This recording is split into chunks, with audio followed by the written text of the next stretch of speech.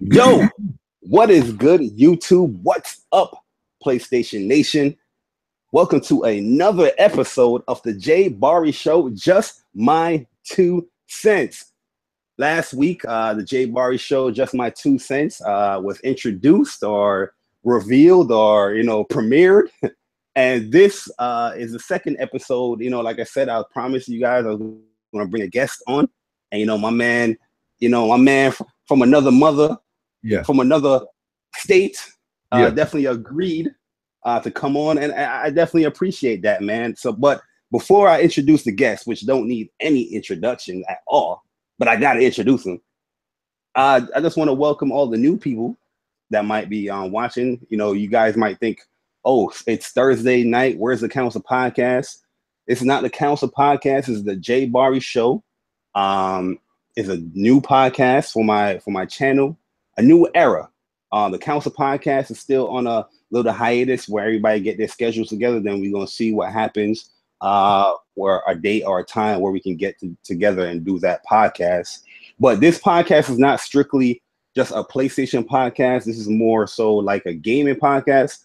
I'm gonna talk more about PlayStation stuff, but we can talk about Xbox or Nintendo, just like you see in the title of the podcast. Just let's switch it up for a second here. But let me introduce my main man. One of the dudes that I feel in this community doesn't get enough cred. But he definitely deserves some credit, man, because I'll be honest with you guys.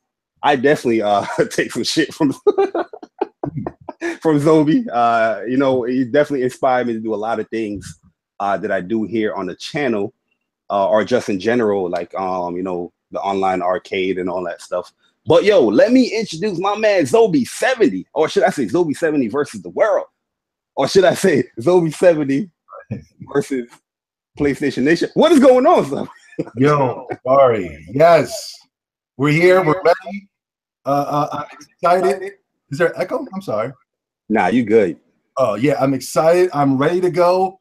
It's an honor and a privilege to be on this podcast today. I sound your show was canceled? I didn't know that. Oh no, the Council Podcast is just on a little hiatus because work schedules has changed. Where Thursday, not everybody could be on. So okay, just gonna put it on a little break. But I felt like I wanted to still talk because I can talk all day. You know what I mean? So. Just doing my own little show here. But it's an honor to be here. We definitely need to get together, me and you. We have the clashing of the minds to talk about what's going on with these topics today. I'm excited, man. And you my man 50 Gram, my best friend on YouTube. You know what I mean? I don't know.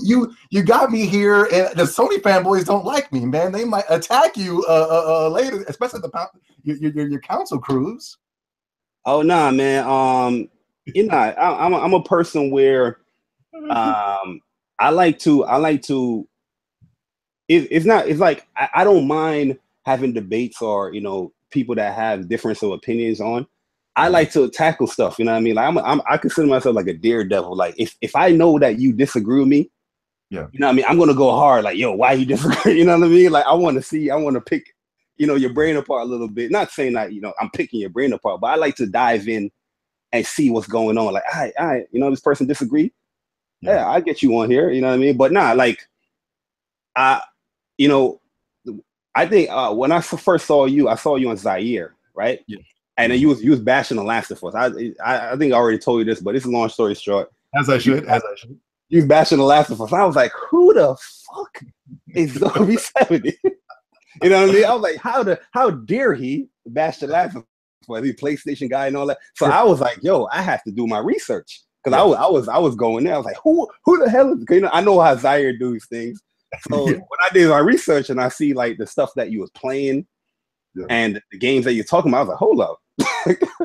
Now I understand why you're saying the stuff, because like, as far as gaming, there's a lot of similarities as far as what we play. Yes. But I can see why you don't want certain games or you want other games.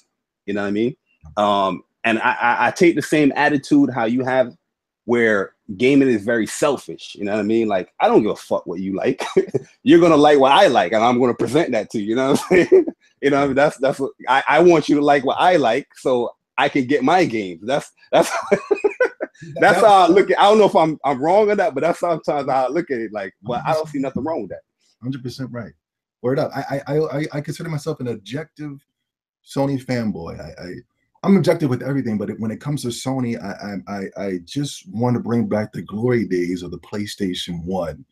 I know those days are never going to come back, but it doesn't hurt to just at least try to ask for Sony and ask out of the community what I would like. It's cool to be like, you know, to be honest, I don't even know what you guys like now, but it's cool if you like it. But by all means, whatever Sony is doing today, I do not feel like it is the standards of what the PlayStation 1 and even what the PlayStation 2 has brought us. You know what I mean?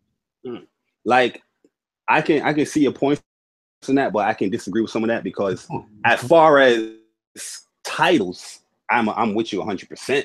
Yeah. But as far as the genres, I think it's still there. Especially, it's more prevalent in PS4. PS3. If I'd have knew you PS3 and watched your channel, I'd have been like, yeah, who's this man? I'm subscribing. I'm doing all that. I'm agreeing with you 100%. You know, there's a lot of games that I probably conform myself over to because I wasn't getting my certain games that I usually play.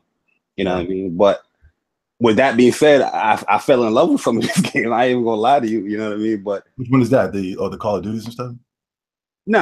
I always like shooters. I've been playing shooters like since Medal of Honor and all that shit. So I always like shooting games. But COD, I definitely fell in love with COD last generation. I love, but I liked it. It was 4 in Black Ops, but then once I started to see the same thing over and over again, that's where I can't do that. You know what I'm saying? When it comes to shooters, we'll put it that way. Yeah, I like COD because I can get in my games like instantaneously. It's quick. You know what I mean? Yeah. Especially, I got into COD like in college times. So, you know, I have a class at 3 and I come in my room like at 2, like, oh shit, I can play for an hour real quick. And that's the hour I just fell in love with the game like that. Yeah. But nah, man, we're gonna definitely get into it. It's gonna be a good show, man. We're gonna come back to that topic about PlayStation and all that good jazz. But yo, let everybody know what you're playing, man. Cause at the end of the day, yo, Zobe, I want to let you know something, right? Yeah. You've been on many podcasts before. Yes. Okay. But here on the JayBari Show, just my 2 cents, your 2 cents as well. This is a gaming podcast, so I want to know the stuff that you're playing. You know what I mean? Let's talk about some damn games. You know what I mean? Yeah. This Sunday, excuse me. Excuse me, I'm not bad, JayBari. This Sunday, that's that vegan diet, man. We got to. The toxins and chemicals are coming out of me. This Sunday, hopefully, if things go according to plan, my boy Blandrew will be running some type of Pokemon tournament off of his Twitch. Now, I've been playing Pokemon ever since, I would say, last Friday. Just every day, 24 hours, just going in, leveling my Pokemon, training my Pokemon, getting ready. I know Pokemon's a kiddie, you know, some type of kids game to you guys, but I'm trying to tell you. I play Pokemon, bro. When you play Pokemon, when you're doing some type of battling, I'm trying to tell you, I haven't met a more mature or what you call it, challenging game in my entire life when it comes to battling your friends in Pokemon. So I've been playing Pokemon. Not only that, JayBari, I got the Switch. I got the Switch last week. I got Zelda Breath of the Flippin' Wild. I had to put it down for the Pokemon. I'm about to get right back on there. But I got Zelda Breath of the Wild, hands down, one of the best games I've played in the last 10 years. Did you get a Switch yet, JayBari?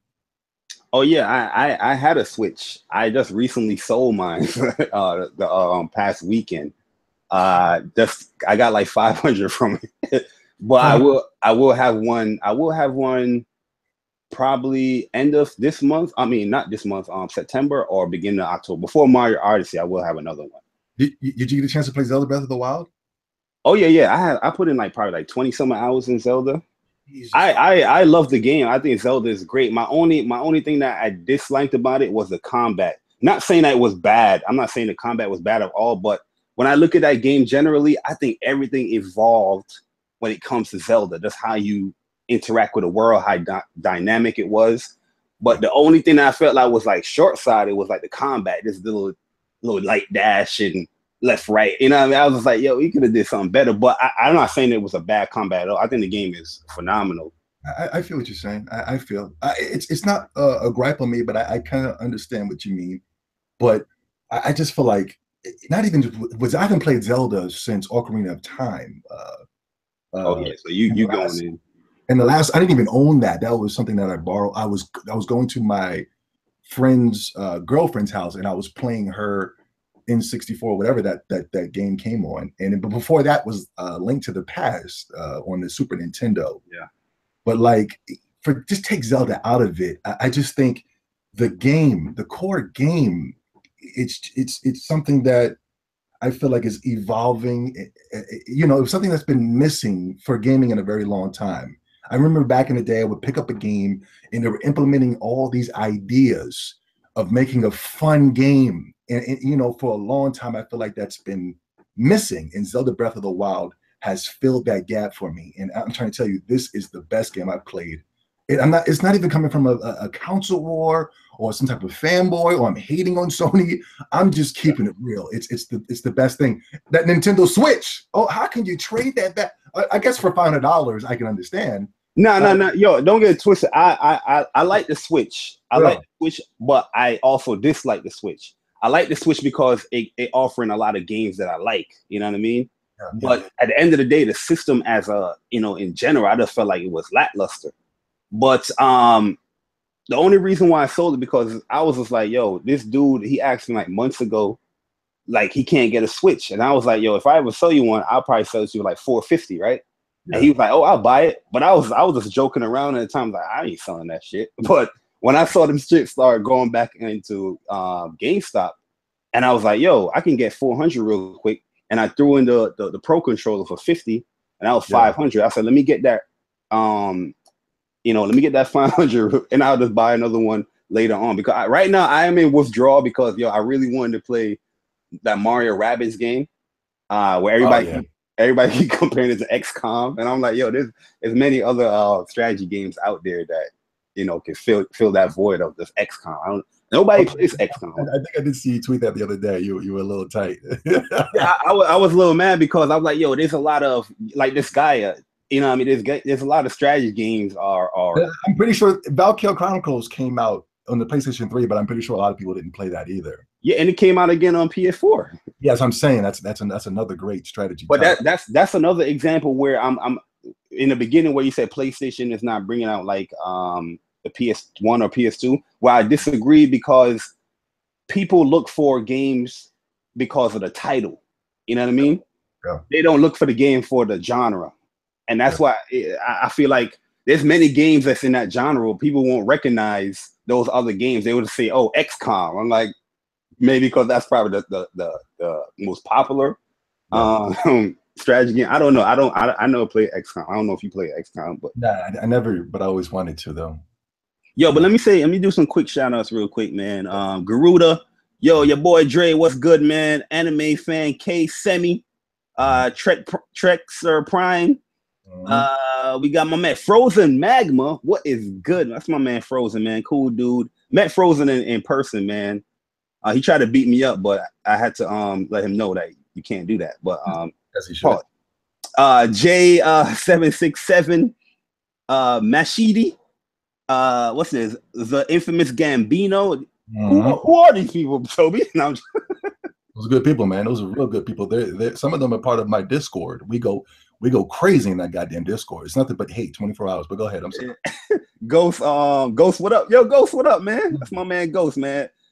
Trigger Retro Fags, always changing his name every week. Let me shout out. Can I shout out Ghost real quick? Yeah, go ahead, man. Hands down. On my channel, Zobe70 versus the World, once a week I try to get on there and play some games. Hands down, Ghost is my main nigga on the trigger. I'm on them extra hard. If you're watching the stream, you might think, oh, you hate Ghost. What are you talking about, Zobe? No, this man, he's popping right now. Jabari, have you ever seen the streams with Ghost, Jabari? Yeah, I was in a party chat with Ghost, man. We was definitely on that Kingdom Hearts hype. That's why I got Ghost back forever, man. Because whatever y'all say against Ghost, I say, yo, that's my Kingdom Hearts guy. You know what I mean? No, that nigga is popping right now, man. But go ahead, I'm sorry. Yo, Blandrew, what is good? Yo, Blandrew, I got your link for your Twitch. So I will definitely link it in the description, so you know people can, if they want to look in the description. I know people lazy on YouTube, they don't want to look at the description, but if anybody do, you can click on the link and you can go to Blandrew's Twitch channel where you can check out the tournament that they'll be having this weekend. Yeah.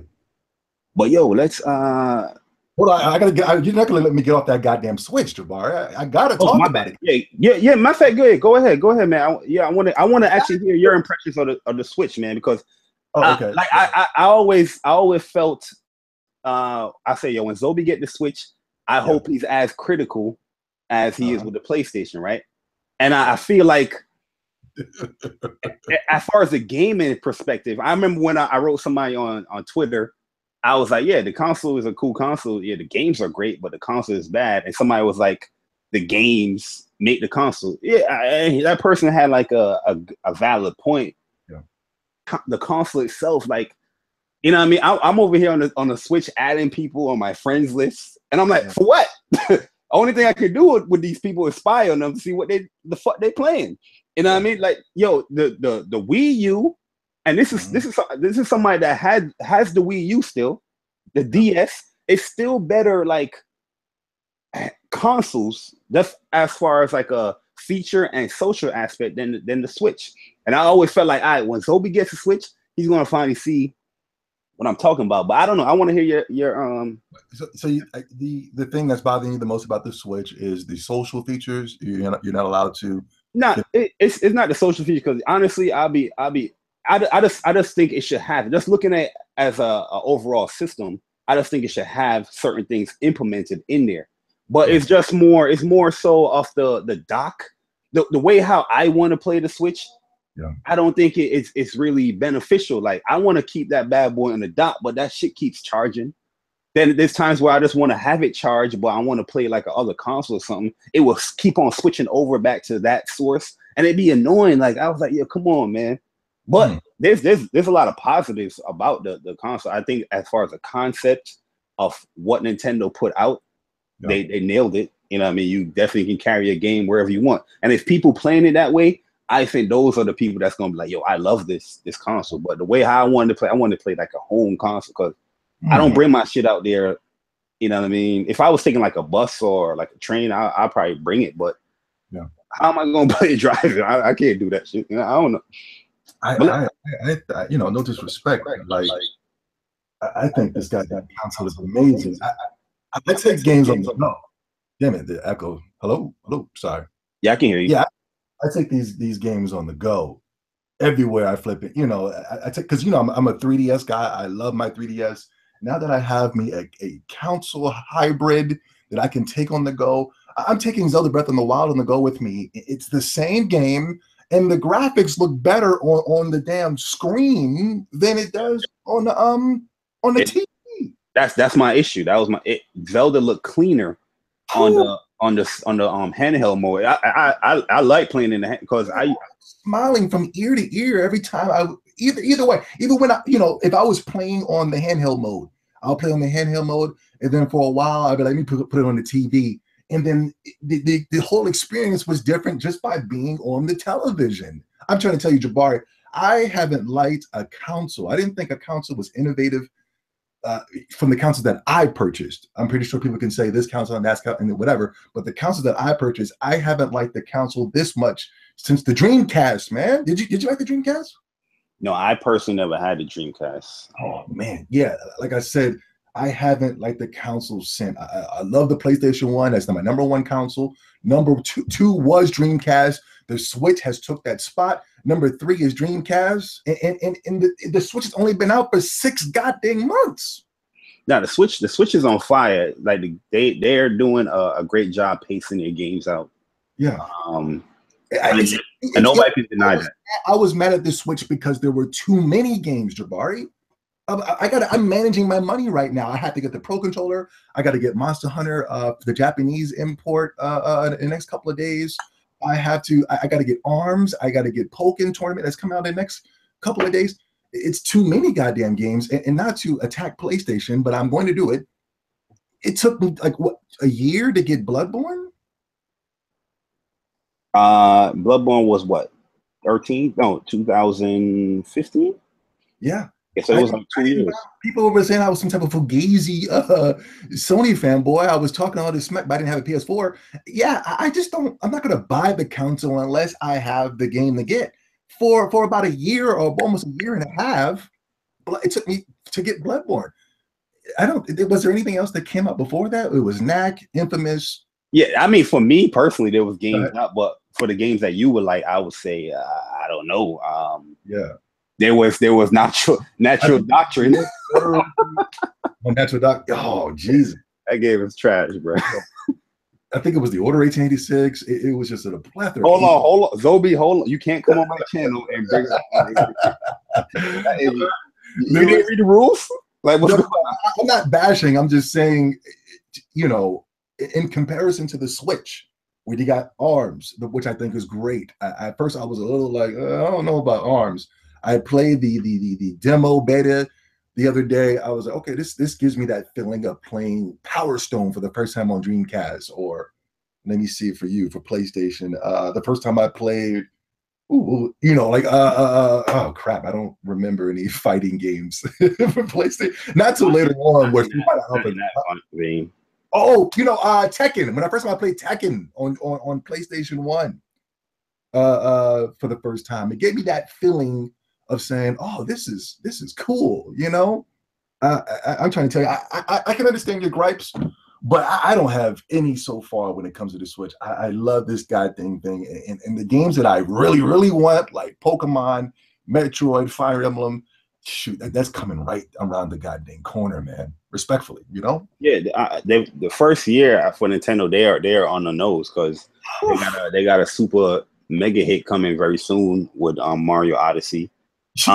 You forget, yeah. Jesus Christ. Yo, Rels, what is up? Super Jamaican Wagwan, my yo, everything, Chris. We have cold. I ain't even reading all that. It's cold outside right now, or whatever. I ain't reading all that. Titanfall Princess, what is good?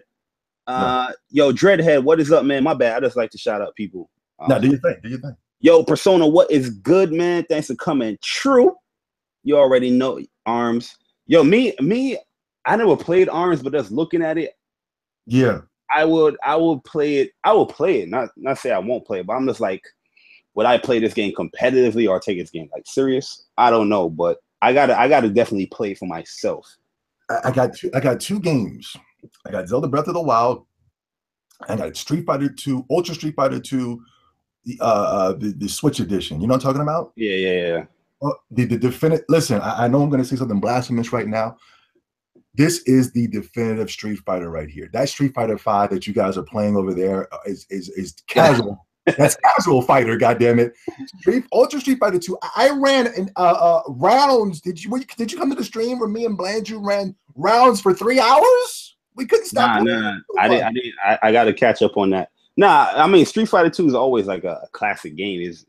That's probably everybody's like first fighter. There's no type of casual bar on the bottom. You know the casual bar where you're getting your ass whooped and the bar fills up at the bottom. Is that in Street Fighter 5? You're talking about the seat.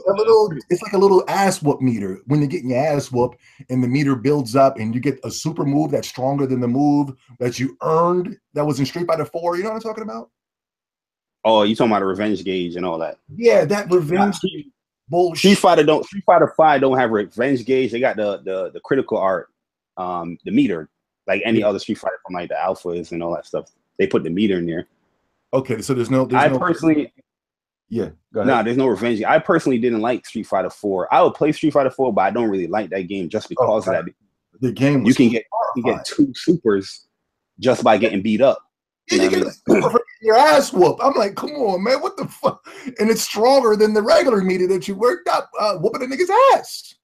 Yeah, yo, Mr. Biggs, what is good, man? Anti-Hero, what is up? Hero, what's good, man? You my man Hero in the building, man. What is good, man? But now go ahead, Zoe. My bad. Yeah, Street Fighter V. The main thing that bothers me is I'm sorry, the transition to 3D for a lot of these games bother me. I don't think Street Fighter was able to work well going to 3D, and we knew that years ago when it was Street Fighter EX. Remember that on the PlayStation 2, I believe, EX 1 and 2. Yeah. Yeah, it's to me, I feel like the transition just didn't work out well. A lot of games, Sonic the Hedgehog, Street Fighter, just the 3D transition just doesn't. Even Crash Bandicoot, even going extra bright colors and bubbly, just doesn't work. It makes the game, to me, it makes the game extremely slow. It slows down the combat, it slows down the gameplay. But Street Fighter V. One of my main gripes with it is just it's too slow. It's extremely flipping slow for a Street Fighter game. JayBari, I don't know if you played Street Fighter back in the day, but back then we hopped on our Street Fighters and the first thing we did was go to that options and raise the speed up to maximum. Did you do that? Oh yeah, we raised super up, so you can get those match. But I'll say this: I don't think Street Fighter V is slow. I played it.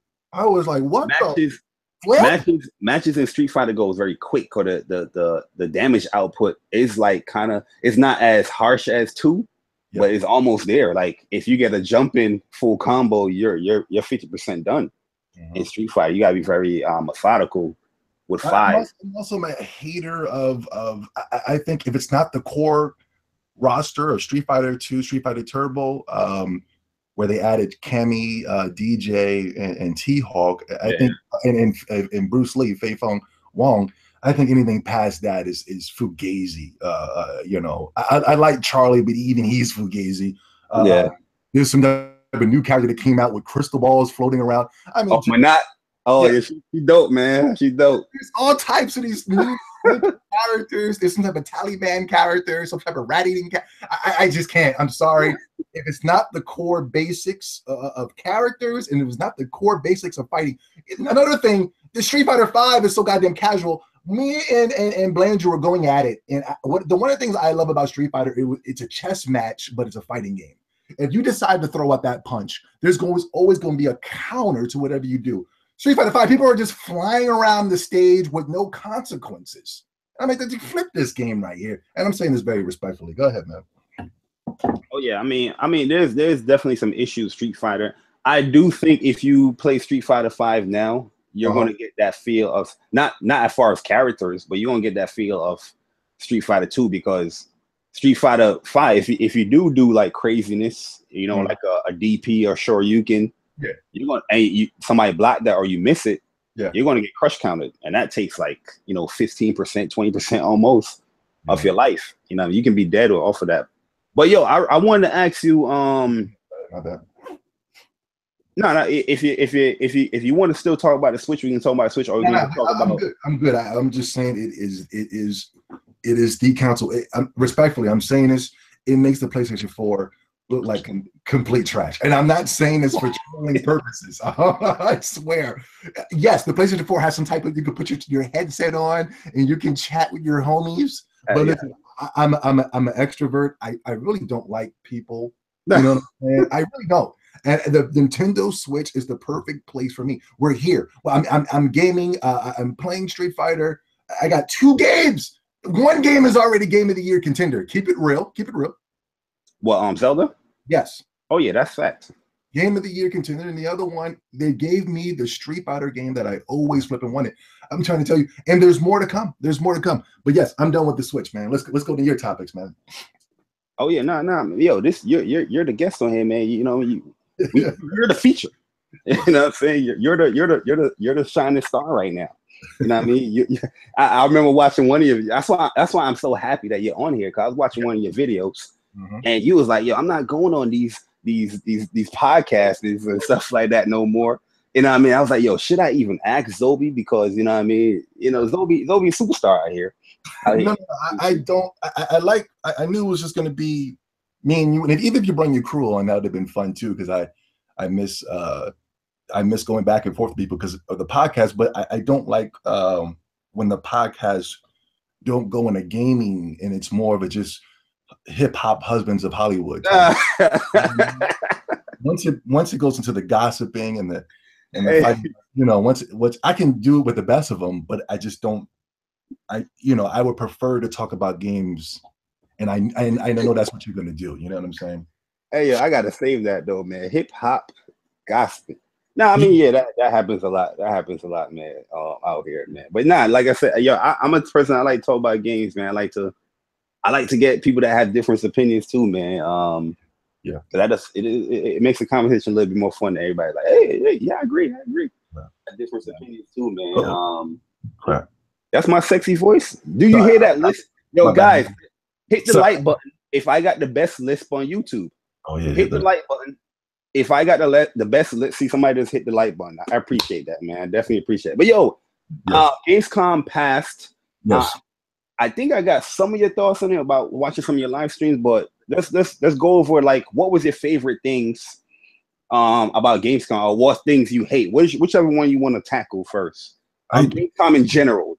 Was Sony there? Not that I'm attacking, but was Sony there? Or? No, Sony didn't have a conference. They had booths and stuff, but they didn't have a conference. I didn't watch the Xbox one that came on and on Twitter. Oh, good. I'm excited, but I didn't watch that. I wasn't even busy. I just didn't feel like wasn't bothered with it. I really don't. Not that it's a console war thing. Xbox is just not going to offer me anything from here on out, and I don't even know what they can really announce in the future or right now that can really get people excited to buy, or get me excited to buy an Xbox One. Scalebound, man. You remember the Xbox guys? Yeah, not even that. Well, Scalebound. I'm thinking of. We getting Japanese games now, Bobby. You remember that time? I think it was Zaire, because I was talking about Dragon Quest 11. Remember? Oh yeah, yo, Zaire is my man. Zaire is my dude. But yo, I when I saw you on that podcast, I said straight up, I said Zobe won't last 3 podcasts. I'm surprised you went 4 or 5. I said he won't last 3 podcasts because he's gonna bring up a game and people gonna be like, what's that? And I take that as disrespect sometimes. Like, yo, I don't give a fuck. Like, my bad. I'm going on a little rant. People will be claiming that they're these old school ass gamers and they've been gaming since Nintendo and Sega and all that shit. Yeah. But when you mention certain games, they be like, what's that? Like, how the fuck you not know what is that? If I say something like Yeez, a new Yeez game is coming out, dudes will be like, what is that? But these dudes is like the hardcore of hardcore gamers. How the fuck you don't know Yeez or what the fuck is Dragon Quest? Yeah. You know what I mean? I don't understand it. Remember Persona? Remember I was excited for the Persona 5? Persona, you was definitely on the Persona hype. I remember your trailers, you was breaking them shits down. I was like, oh, I didn't even see that. You know what I mean? But like, I don't. But I know when it came to Dragon Quest 11, he was bringing up the gameplay, and then I remember he cut that out and put Scalebound out. If you watch the old video, but Scalebound got canceled, and it's like this is the game that we want. Scalebound is no different. The thing is that people don't understand is like, just because this game is called like Hatsuniku, I'm not saying that Hatsuniku, but whatever Japanese game title, Scalebound play like many of those. Like, matter of fact, a game like freaking Azure Knights of Azure. Yeah. You know what I mean? It's an action RPG game, just like fucking Scalebound. It might not be as big as scale, but it's still running around and slashing and hacking and slashing. But motherfuckers will see the dude with a headset, like, oh, it's Americanized. Like, no, it's not. That's a Japanese thing. They like witty one-liners like Nathan Drake or something like that. Yeah. Yeah, like he's Nathan Drake or he's Dante or something. Yeah. There you go. I respectfully, I was kind of excited for it, but it was a game being developed by Platinum Games, and I know this is going to hurt people's feelings, but I really don't like Platinum Games. I kind of think they can be hit or miss. Yeah, I think they're extremely overrated. Extremely. But go ahead. I'm sorry. I like their combat. I think their combat is pretty cool, especially like their dodge mechanics. Yeah, like with Bayonetta, the Transformers games, even the Turtles game. I used to just love dodging because I just feel like I like that slow down time. Give me time to just beat a motherfucker up and some shit. You know what I mean? But I feel you. Ghost is my man. My bad, Zope. Yo, Ghost is my man. One of these podcasts, I'm gonna get Ghost in here because my man just said Knights of Azor is my shit. Yo, Ghost is my man. I know you getting Knights of Azor 2 for the Switch. You know what I mean? It's a must. Okay, yeah, I'm gonna try it out. In the beginning, you're gonna be like, what the fuck is, there's a lot of dialogue, but it's a cool game. It's cool. But the with the Gamescom, I didn't see it. I was watching Nintendo early in the morning. When I got off of work, Nintendo was having a live stream and they were showing off the games that were coming on the Switch, hopefully for this year. Throughout the week, I was they were showing off Mario Rabbids, they were showing off Pokken Tournament, and those games are fine. But what I was looking forward to the most was a Xenoblade Chronicles 2 for the Switch. And I was going to see if they were going to announce a launch date. If it's going to be this year. If it's not this year, that's fine. But if it is this year, I definitely can't wait to get 12 to 13 inches deep into that game, man. I said on Twitter, I don't think that game gonna come out this year. I felt like if they was gonna come out this year, they would have been announcing it at Gamescom or something like that. Well, there's still TGS, but I feel like that's a little too late to announce a release date for a game that's coming out this year. Yeah. But Nintendo, the thing about Nintendo, they'll have games. They'll announce games like a month, 3 months before they come. Like Metroid, the Metroid Samus 2. Yeah, I'm getting that. That was like 3 months ago they announced that. It's about to come out in the next couple of weeks. You know what I'm saying? Even if it doesn't come out, I don't think they need it for it to come out this year. Xenoblade, I don't think they need. Of course, yeah, that's what I was saying. If they do delay it, I'm not really on that fanboy stuff. But if they do delay it, I'm fine. That's cool. I got something else to play next year to go with DBZ Fighters and Monster Hunter World. You know what I mean? Yeah. Yo, Matt, what is good, man? Thanks for coming through. I see my man Marvin. Yo, Mr. Biggs is in the building. Mr. Biggs, that's like my best friend, man. Knew this guy for like 20-something years. That is the guy that can expose me. If you want to expose JayBari in the games that he used to play back in the day, talk to Mr. Biggs. He will expose me. But yo, thanks for coming through, guys, man. But I wanted to ask this, man. I know your thoughts on Ni no Kuni 2 is not as high, but I was looking at gameplay and I'm liking it, man. I am definitely liking what I see. It's something different. It's something new. I'm with you as far as the familiars. Yeah, man. But I'm liking it, man. I think this story is going to be amazing. When is that coming out? Next year? Yeah, that's next year in January. Yeah, January. Is it January or February? I think it's January. I kind of lighten up. I usually tighten up on shit, but I'm kind of lighting up on Ni no Kuni 2. I'm not saying I'm going to buy it, but I do agree. I'm interested. I'm a little curious about this game. But like I said, my idea for a lot of sequels usually doesn't work out that way. But my idea of Ni no Kuni 2 was that they were going to extend or expand on that familiar system that was implemented in Ni no Kuni 1. That was, remember, it took like forever to get to the girl, and then she was allowed to start capturing familiars for you. Oh, you talking about the daughter of one of the mages? Yeah, the blonde head girl. She was allowed to start. She was allowed to you to start capturing familiars. But I remember from there up to there, it was really like I was really worried. I was like, this game is pretty bad. But as soon as I got to the spot where I was able to capture familiars, man, the game just took off on me, and I literally just could not stop. I just went straight through that story.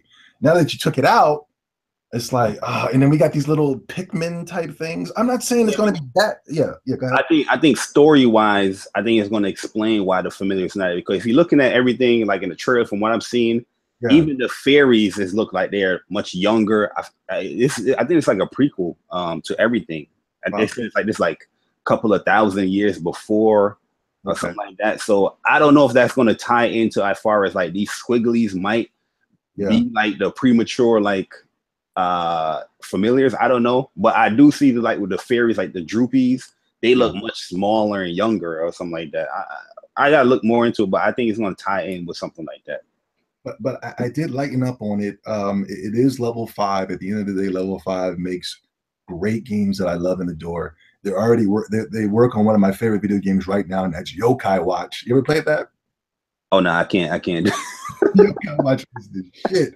But like, yeah, I was really hoping that they were going to expand on this familiar thing. Maybe give us some type of multiplayer. We'd be able to fight our familiars together again. You know what I'm saying? That to me, I would like multiplayer. Ooh, that would have been so fun to have a familiar versus familiar battles. But now we're just getting. It looks like it's going to be story focused and come on, Debbie. I mean, it's good. Yeah.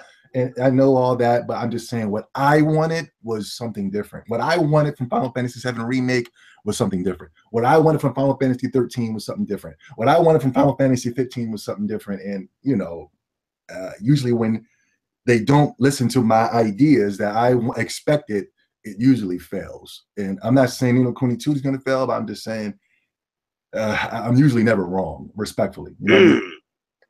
Don't get cocky on them, man. Respect. You said be honest. Yeah. Keep it real. Keep it real. Yeah, keep it real, man. Speak from your heart, man. Yeah. Say it with your chest, man. Are you playing Fantasy Star Online too? Yeah, I was playing it, but I stopped it because I was like, "Oh shit, I'm about to do the podcast." Is that some type of demo or the? No, it's a game. It's a Japanese version. That shit like 55 gigs. You can understand. No, I can't understand shit, but I was just going to see how the gameplay, how I was going to play and everything. But I was like, oh, the podcast about to happen. I mean, stop it for a second. I just wanted to get like impression. I saw it on the Japanese store. I was like, oh shit, this is out. That's dope. I just downloaded it. But what's your thoughts on Dragon Ball Fighters? That was shown off at Gamescom. Yo, they had a full tournament at Gamescom before you say anything too. They actually updated a lot of things to the game as far as mechanics wise. A lot of things in the first build that you could do where people was just doing these ridiculous easy ass combos. You can't do it no more in the game. Jesus Christ. Yeah. Because people was doing like 55, 60 hits, all cheap stuff. Yeah. But they cut it down from what I saw. And breakdown videos, what they say certain things you can't do in the first little version from E3. Yeah. But no, what's it? You missed this whole tournament? You didn't see the tournament? I didn't know there was a tournament. Nobody linked me or nothing. They must have knew I was going shit on it. So they was like, let's keep that away from Zobe. You know what I'm saying? He's gonna ruin my excitement. But no, when it was originally announced at the Xbox conference, and we saw Goku was standing there and he went Super Saiyan against I believe it was Cell, and people were saying it was made by Arc System and this and that and the third. So the combat is going to be on the level of say Street Fighter, even if it was Street Fighter Live or Street Fighter 5 or Street Fighter 4 levels. That's why I was thinking. I was really thinking that these Dragon Ball Z characters are finally going to get a game where each and every single one of them fights their own type of style, that like say Ryu fights different, has a different style from Vega, you know what I'm saying? Or Captain Guile, let's put it that way, where I thought that each and every single one of these characters were going to have their own identity when it comes to the controls. Because when I grew up with fighters, I was trained to believe that every fighter was going to be different by the way that you played with them. Now that we have come into this generation, and yes, I am to blame for this too by hyping up the Naruto Storms and the circle. Yeah, yes, I am to blame. But I like Naruto Storm 2. I'm getting off the topic, but I like Naruto Storm 2 because I felt like there was a counter for everything. Yes, you couldn't do combos, but still, I just felt I like when there's games where if I go here, then I'm able to counter that here. It's just the first game that I ever played with my father was chess. So that's one of the things I like to look for when I'm playing a multiplayer game. Now with Dragon Ball Fighters, I thought the same thing until I saw the the Evo tournament. And I got bored. I got bored in the first 5 to 10 minutes of watching it because I was like, why are all these characters fighting the same? And then somebody sent me a link to the button commandments, and every single character fought. It was the same down, up for every single character, And Yes, I'm not bashing the game. Yes, it's going to be fun. I know this, but it just wasn't what I thought it was going to be, you know, and that's what makes me go, okay, this is going to be extremely casual. And you have Street Fighter 2 that can last forever. For the rest of our lives, Street Fighter 2 is going to be, it's going to be ahead of its time because of those of the combat system that was implemented. I feel like with Dragon Ball Fighters, it's only going to last until maybe the sequel or after the first 3 or 4 weeks when everybody gets bored and forgets about it, you know, because every character plays the same. I know it's different characters. I know the skin shows Piccolo, but everyone plays the same, you know? You talking about as far as inputs. Yes. Because yeah, yes, I definitely agree on that standpoint, because like I'm a huge Arc System Works fan, like in the fighting games, and none of their fighters. I mean, everybody always. I'm just saying, keep it real. Did every character play differently, or they played the same? What, in their previous games, or like? Yeah, in Guilty Gear and in Blaze. Oh yeah. In Guilty, that's one thing I love Arc System. Every character plays differently. Like, there's only but so much inputs you can put in a fighter. So you know, there's going to be repeated inputs, but there's always some kind of different implementation with some characters in there. Yeah. With Dragon Ball Fighters, they're saying they're making it much easier to get in for, you know, somebody that's new to fighters can just easily get into the game. What I'm saying. I remember when it was first announced, like 99% of the community didn't like the game, right? They were like, "Oh, come on, this is going to be bullshit. I got to learn how to play the game." And I was like, and I'm like, that's the reason why we play games, is to learn. It was for a challenge. But 99% of the community was pissed. And then now when they found out that it was casual, another casual Dragon Ball game, then it was just, then everybody's on the coattails. Everybody's excited. Everybody's talking about, do you want to waste a character spot on that character? And you know, they started making their list of characters they want to see, and it was all super characters. But before that, people were pissed the fuck off. I was hyped. I was like, yes. I feel like even though the inputs are same, I do think the characters is different, because they announced Android 17. No, they announced 18. Well, 18 and 17 is like together, but 17 is like a puppet kind of character with her. So like Android 17, she might have the same input to do, like, you know, like a Piccolo move set, but the moves are just so different, because you also can control 17 a little bit, you know what I mean, in her moves. So she becomes like super technical. Like, even though the move sets is the same, the input's same, she's still like far more technical than like Goku. You know, Goku is more like, you know, a beginner character or something. And then there's 16 where he's like a grappler character. You know what I mean? Like I 100% agree with you. The inputs, like, I do like different inputs and see how different characters move, but I do feel like the characters do have enough stuff that is different about them. Just looking at how, you know, the people comparing the whole Dragon Ball, you know, anime to the game, you know, the move sets and all that stuff, I feel like it's going to set it apart. As far as longevity, that is still a question to see, man. It's only going to last until the next, whatever, when Dragon Ball Fighters 2 gets announced, or you know, it's only going to last that long, or, you know, if some type of DLC come out. In comparison to Street Fighter 2, Marvel vs. Capcom 1 and 2, Capcom versus SNK, these are games that you can pop in today and still just have a flipping blast, you know? I would say this, other than Under Night in Birth, this game is like one of my most anticipated games to play. Like, I'm super excited to play it. A lot of people are getting, just because I'm being objective, they think I'm not excited for it. Oh, hell yeah, I'm excited for this game. I'm a Dragon Ball Z fanatic. I'm starting to lose a little bit of that by hanging out with people. I think it's a curse. That's why I'm an extrovert. That's why I'm an extrovert, because I don't like being around people, because when I start to learn other people's mindsets, it scares me. And as I'm hanging out with people, because I'm trying to build an Elite Eight, I can't stop digging at you, because I hate people. And when I dig at you, I'm trying to figure out your mind. And as I'm tapping and starting to find things out, it's scaring the hell out of me. Did you know, keep it real, did you know that there was a freezer cooler porn out there? What? That's what I'm saying. Yo, you see, that's the problem. I think you're too deep into anime community. I'm not. I love anime, yo, but I'm not as deep as some of these people. Like Dragon Ball Z, it has raised me from all the way from the Raditz, all the way up to the end of the Cell Saga. Is after the tournament mode is where I just been knee deep in Dragon Ball Z. I literally would call it my Bible.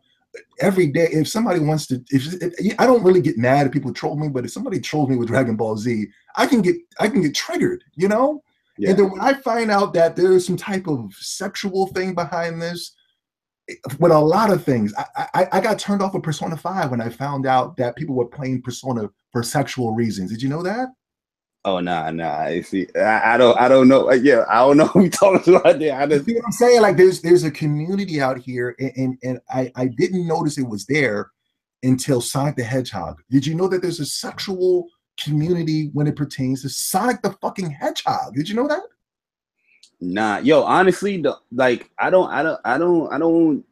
don't dive into those shit like that. Like, I feel you, JayBari, and stay away. It's disgusting. It's gross.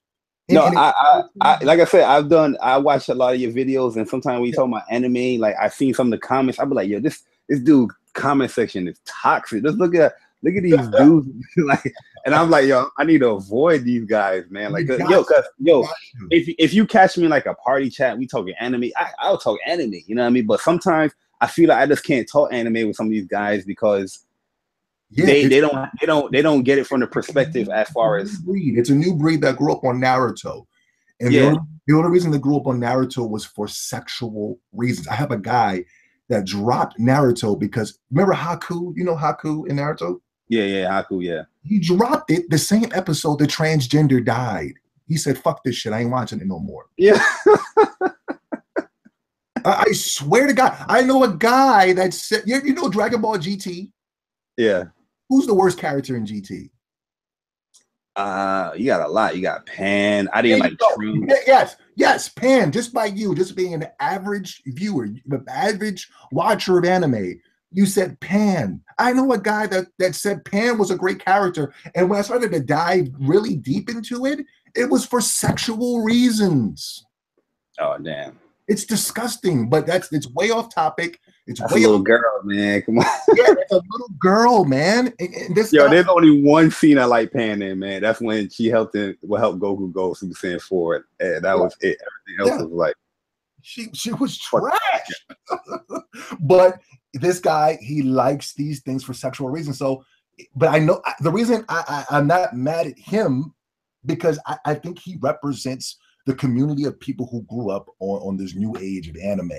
I might attack him, but when I attack him, I notice a lot of people get triggered. A lot of people be like, "Ghost, I got your back, Ghost."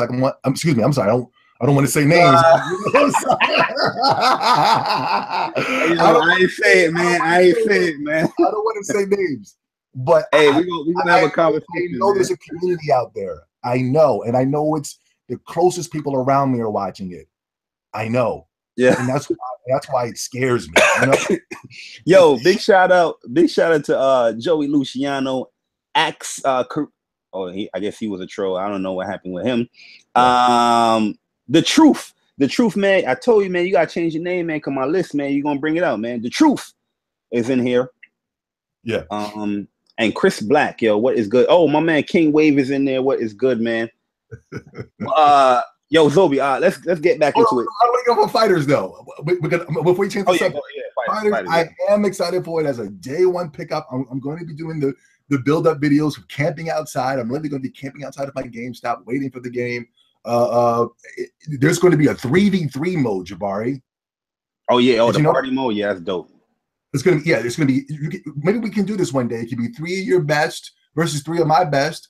And we can just go at it. You know what I'm saying? Give away some prizes and things of that such. That sounds dope, right? We would definitely do that for sure. Yeah, by all means, I'm excited for it, but I wish the game would have the longevity if the combat system was a little bit more diverse. But go ahead. I'm sorry. Yeah, I just think because this is the first time Arc System where has done something where everybody have the same inputs. I just feel like they want to bring in an audience that will probably just buy your game just to play the story and keep it moving. But they are making it esport heavy. It's going to have tournaments and stuff. So that I don't know, maybe that community of the FGC will probably extend it. But we'll definitely see. I'm definitely excited. Probably one of my most anticipated games. For sure. But we'll see, man. The beta is going to be next month, so hopefully. One of my favorite things is the art style. That's the style that I wish Street Fighter was in. Oh, that shit clean, man. That's the Guilty Gear engine. That shit is clean. If Street Fighter was in that art style and compared to that the nasty, disgusting 3D, I would be playing Street Fighter 5 right now. I'll be 12 to 13 inches deep in Street Fighter 5 right now. But go ahead. I'm sorry, man. Hey, yo, all right, let's bring this up, man, because this was like some heated topic. This is a heated topic this week where this game got it. Well, it's nothing new. It's a very old school game. A lot of people probably missed it because this game came out very like 93 or 94. Yeah. They did come out with like a new version of it on like the phones. We probably can't buy either. But Secret of Mana is coming out for PS4, PS Vita, and PC. But for those that don't know, Secret of Mana was originally this game right here. The other versions was on like PS4 and all that. I mean, not PS4, PS1, 2. I think it was a DS version, there was a DS. It's an advanced version and a DS version, matter of fact. But this game was originally on the Super Nintendo, but it's not getting a Switch version. I see a lot of people is getting upset about that. There's no Switch version for this game because they're remaking it in 3D and all that stuff. But how do you feel about this game coming out, re-releasing the hype for it? And how do you feel about it not being on the Switch, like a Nintendo platform? How do you feel about it? I'm gonna ask you real quick before I go into. I honestly, how I feel about it, I do feel like it should be on a Switch. Like I'm a firm believer. Like, yo, if your game came out on the original platform and is like a remake or a remaster, it should be on the original platform as well. I mean, how do you feel about this game? Like, are you excited for the game? I mean, I won't say I'm super excited for it because as a kid when I was playing it, like I liked the game. I didn't play it as a kid. That's before my time, but I did play it, and I didn't like it. Yeah, I don't think it's gonna. It's not. Time didn't last for this game, but this game did implement a lot of things that games now is doing. Like they had like this power gauge in the game. Like when you're attacking, like like a Dark Souls, you have your stamina gauge. Yeah. That's where a lot of games got this from this game right here. Don't get it twisted. There's a lot of games from our past that are doing things that these games today can't even do. I was playing Xenogears the other day, and I was just in shock and awe. I was like, how come these games can't do this shit today? I was playing Final Fantasy 9 the other day. I was like, why can't Final Fantasy do this today? But yeah, yes, you're right. This game is doing something that's before its time. But did you? I saw the images. It looked like a cell phone game at best. There was some type of Kingdom Hearts haircut on a dragon. Did you see that? Yeah, that was flamey, yo. Like, people like, wow, but Zelly, it's always been there, you fucking asshole. And I'm like, okay, this is stupid. But people can look at that and be like, oh hell yeah, what's his name? Flamey, what'd you say? Yeah, Flamey is that's Flamey, right? But then if I turn around and play Pokemon, then it's a problem. I mean, fuck that. If I'm playing Zelda, oh man, where the blood at, man? There's no blood in this. How come Zelda can't talk or Link can't talk? And it's like, come on, man, really? This is where we're really gonna sit here and pretend to be excited for the Secret of Mana remake, and yet you guys shit on everything that Nintendo does. It doesn't make any goddamn sense to me, respectfully. Yeah, I definitely I can see the hypocrisy with that stuff. It was like it was the dude. I was laughing at your tweet because I saw it and I was like, yo, no disrespect, Flamey, man. I had a guy on my fucking Twitter timeline. The man had gray in his beard and he had a gray dreadlocks. I'm like, you too old for this shit, man. Yo, Red, what is up, man? What is up? Yo, can't see what is up. Who was in here? My man, yeah, shout out Super Jamaican. I don't think so. I probably did. I don't think I remember. But no. I definitely agree. People will bash a certain game for something, but then will praise another game. This game goes against everything that you guys claim you don't like. You and the Xbox fanboys do this shit. Lucky Tales came out, and are the Xbox fanboys hyped for that? I don't even know, man. Like I haven't been paying attention. Yo, honestly, no disrespect. Yeah. I don't want to. If anybody like Xbox fan, every time I talk about Xbox, everybody get like a heart attack. But yo, they have nothing that appeal to me, man. Like like that system is in trouble. Like I don't know what the hell Phil Spencer is doing. I was saying this years ago, but I remember it, and I think you necessarily, but I remember I was going off on Phil Spencer years ago. And I remember PlayStation guys was like, nah, Phil Spencer, he's a gamer just like me and you. And I said, that's cute. I said, that's fine. That's great. That's cute and everything. But where are the goddamn game? I want some games. Fuck that motherfucker's social life. You know what I mean? But that's a Red Infamy troll.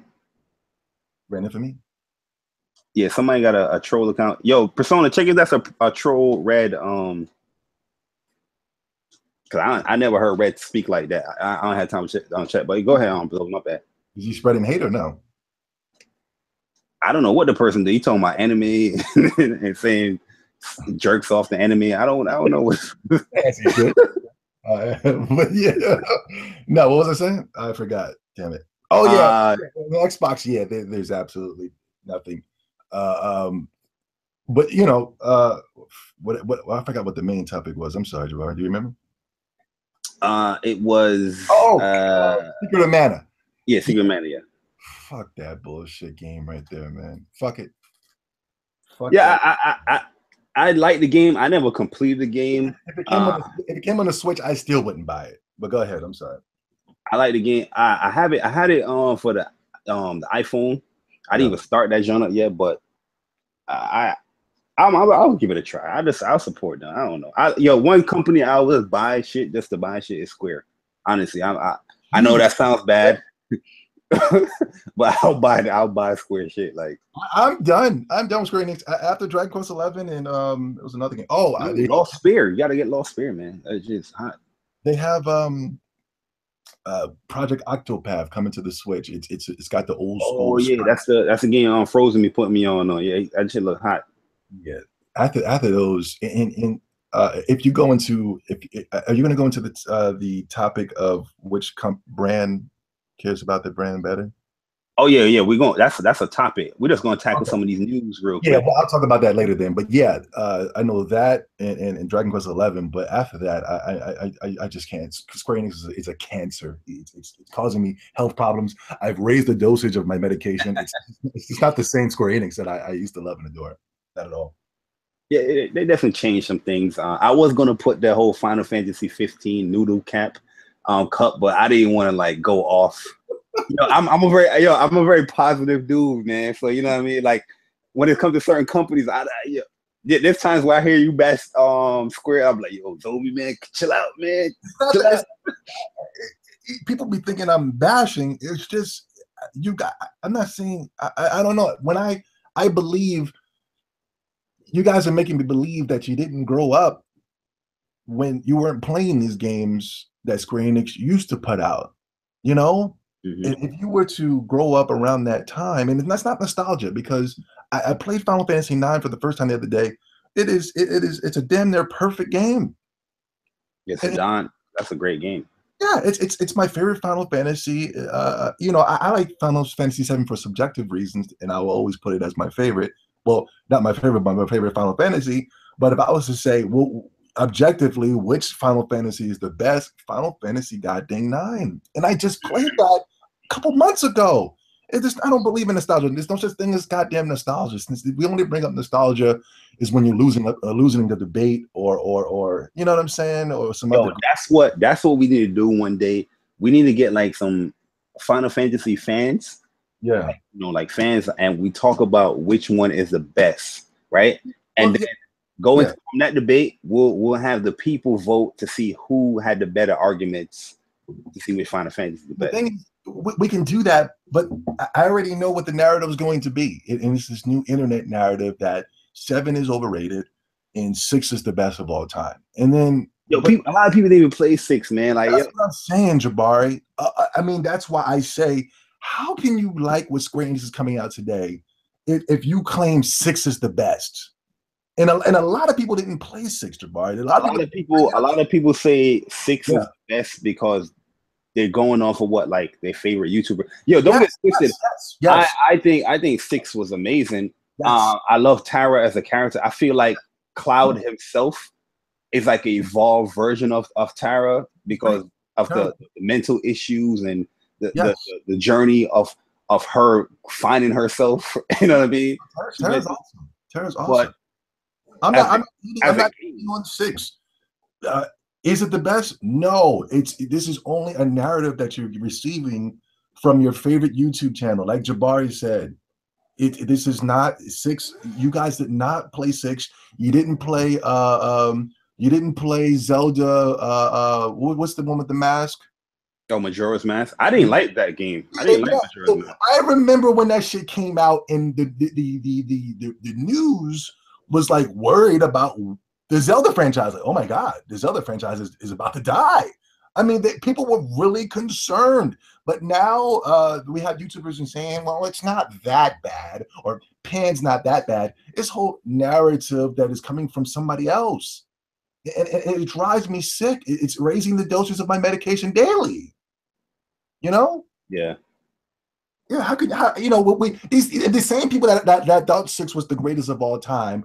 I mean, these motherfuckers their cocks were fully erect for Final Fantasy 15.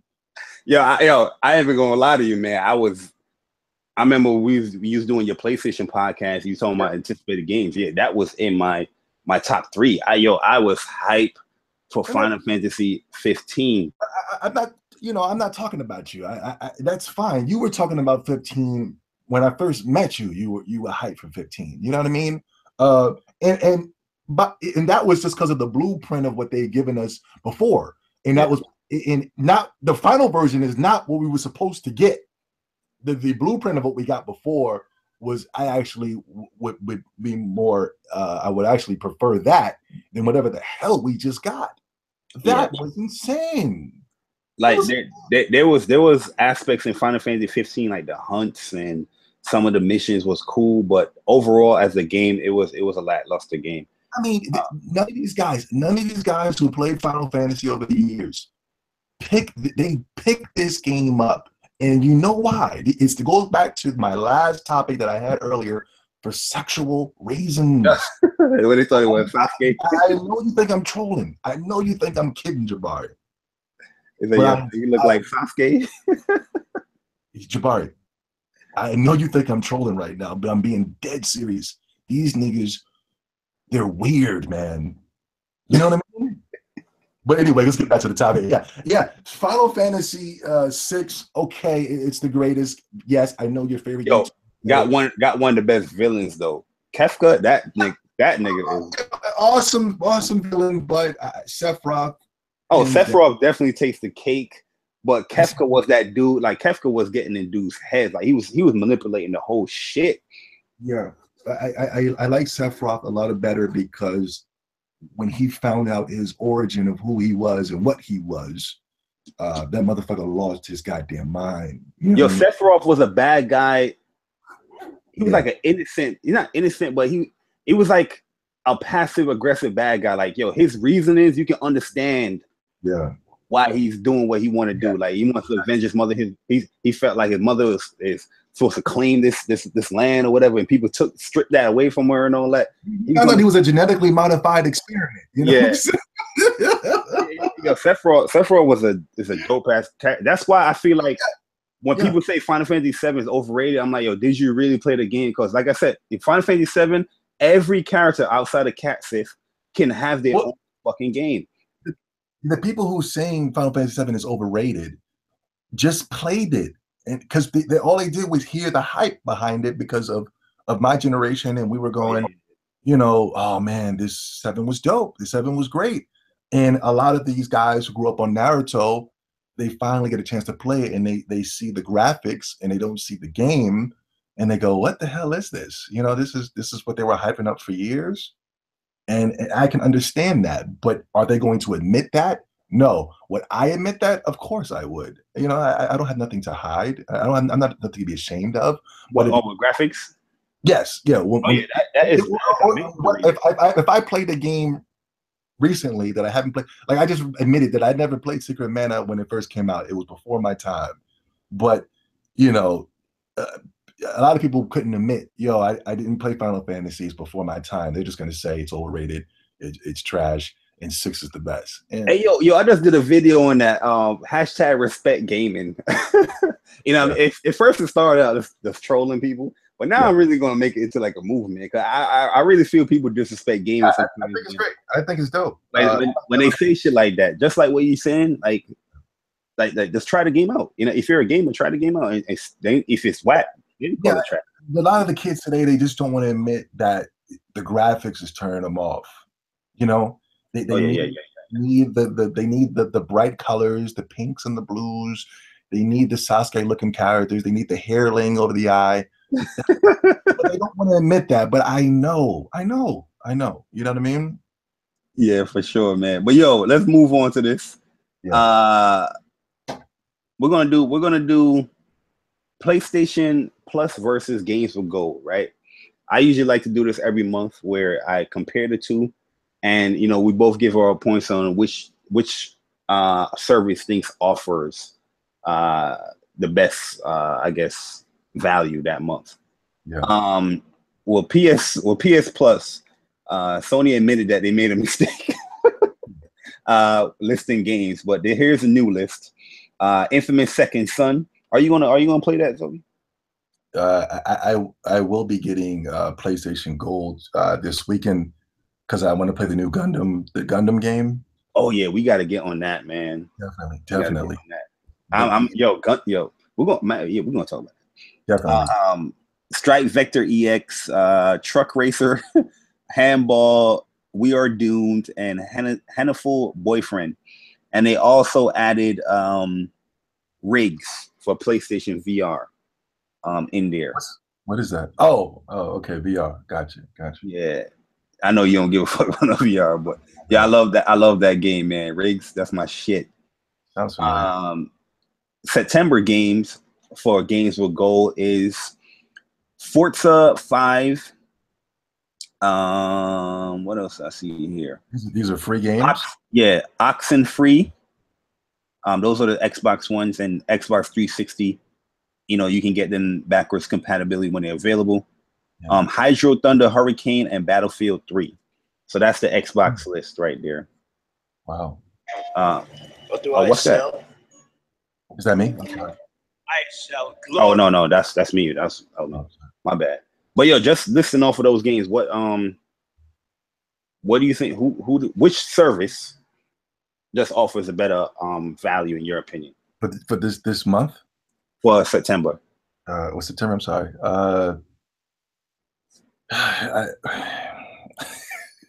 know you're gonna be like, yo, I don't give a damn about none of these games. I would say Xbox, objectively, you know. Infamous Second Son, I think it just came and went, you know. But I do think Forza is a competitor in gaming today, and I know Battlefield is a competitor. Yeah, Battlefield 3 is big. Big. Yeah, I would say Xbox got you guys this month, man. I think Xbox got you guys every month, though, respectfully. Okay, I definitely agree. I definitely disagree with that, but I'd be on the thing of it'd be like following these Twitter pages, and they'd be like, yeah, free with Xbox Gold, go get Blue Dragon for free. I'd be like, oh shit, you know, free with Xbox Gold. Blue Dragon? You said what? They offered Blue Dragon? Yeah, it was all of them. Blue Dragon, Lost Odyssey was free. I remember one time Oblivion was free. I remember one time Dragon Age Origins was free. I was like, oh my, I wish I had an Xbox just to play, because those are I love those games on the Xbox. That was one of the reasons why the 360 won my heart last generation. All of them was just free, and I was just like, fuck. You know, PlayStation was like, all right, guys, we have Devil's a Demon Blade.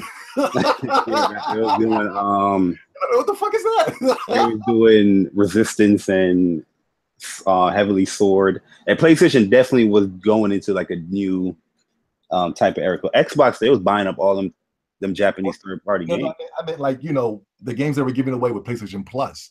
It was yeah, okay. Games I didn't even know. I was like, what the fuck? The only person I knew was you. Yo, guys, go pick up 2x4, man. It's great. And I'm like, what the fuck is that? You know, I'm very optimistic. But no, I think Xbox will always offer, you know, good value just due to the backwards compatibility. Yeah, but I think PlayStation definitely has them beat this month, hands down. Infamous Second Son is one of my favorite games this generation. Gameplay wise, that game is amazing. Just traversing through that world with all the powers switching up and all that stuff. That game was fun as hell, man. Like, I love that game to death. Are you being objective or this is subjective? Oh, it's very subjective. Okay, cool. Nah, but yo, real rap, the game offers. I'm gonna try it out. I'm gonna get the gold this weekend for the Gundam game, and I'm definitely gonna I'm gonna try it out. And you know, if it's good, I'm gonna hit you up. Like, yo, JayBari, you was right, man. Right. Yeah, the gameplay, story wise, people might take it however they want to take it. But I personally like it. I personally like Delsin as a character. The gameplay is dope as hell. Yeah, especially when you get the neon powers and you're zipping through the world like you're Flash. That's zooming. You know what I mean? That shit is butter. Yeah, my bad. That's a New York word, guys. Butter. Old school. I'm gonna try it out.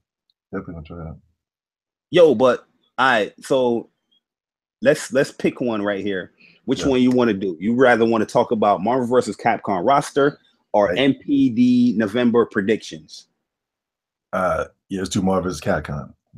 All right. Marvel vs. Capcom roster. Fans are not pleased with this roster, like longtime fans. But how do you feel? You know, personally, the first Marvel vs. Capcom, my favorite. I think the second one you said it was your favorite.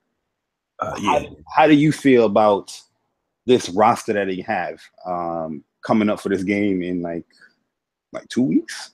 Man, I tell you,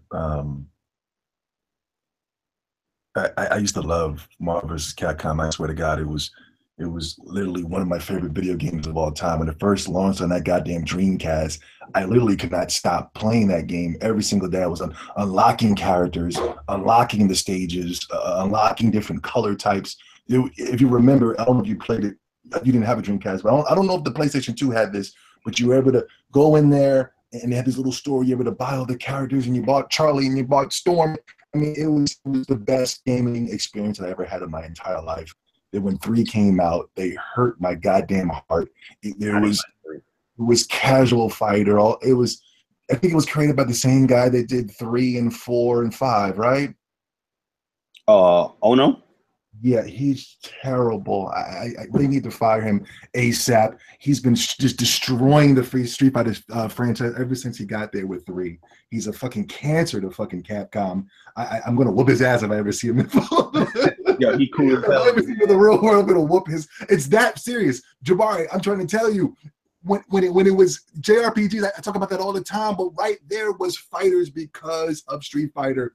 Marvel vs. Capcom Infinite is a disgrace in comparisons to even Marvel vs. Capcom 1 that I loved. It's a disgrace. All I see is bright colors and lasers. Laser. And people, I really cannot dive deep into the minds of the people that really find this game exciting. Do you like it? Keep it real. I like the gameplay because it's going back old school wise. As far as 2v2, As far as you can OTG off of like lights and stuff like that. Yeah. The tag system seems mad cool because you're not limited, where you can just constantly tag in and out and chain combos and continue combos, and that takes skill to do that stuff. It's not like you just calling an assist to hit somebody up, then going in and calling your other assist and go into a DHC super and all that stuff.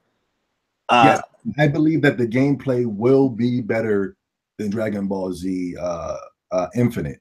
This gameplay looks like it's going to be very technical. I don't think this game is going to be as easy as everybody think. No, but the only thing that's going to piss you off, you're going to have great gameplay, but a goddamn laser is going to throw you off course. Now, there's some things that I do see that's going to be annoying. Yeah, it's going to be spamming of the lasers. It's going to be, you're going to. The thing I don't like is when I come to these games, I want to play the game in a technical way. But in order to compete in these games where it's spam heavy, the only way for you to win is by spamming. And that to me, that ruins a game for me when I have to spam my way to victory, or if I have to do some type of cheat to win. And that ruins the game for me, man. I feel like the cheapness is going to come from the stones. I think when you go online, like probably if you're doing like a lobby or something, people's going to be more honest. I don't know with who you play with, but when you go online, I think the scumbaggery is going to come out where some of these stones I just feel like it's going to be very overpowered. They got the soul stone that takes life, drains life from somebody when you use it in a regular way.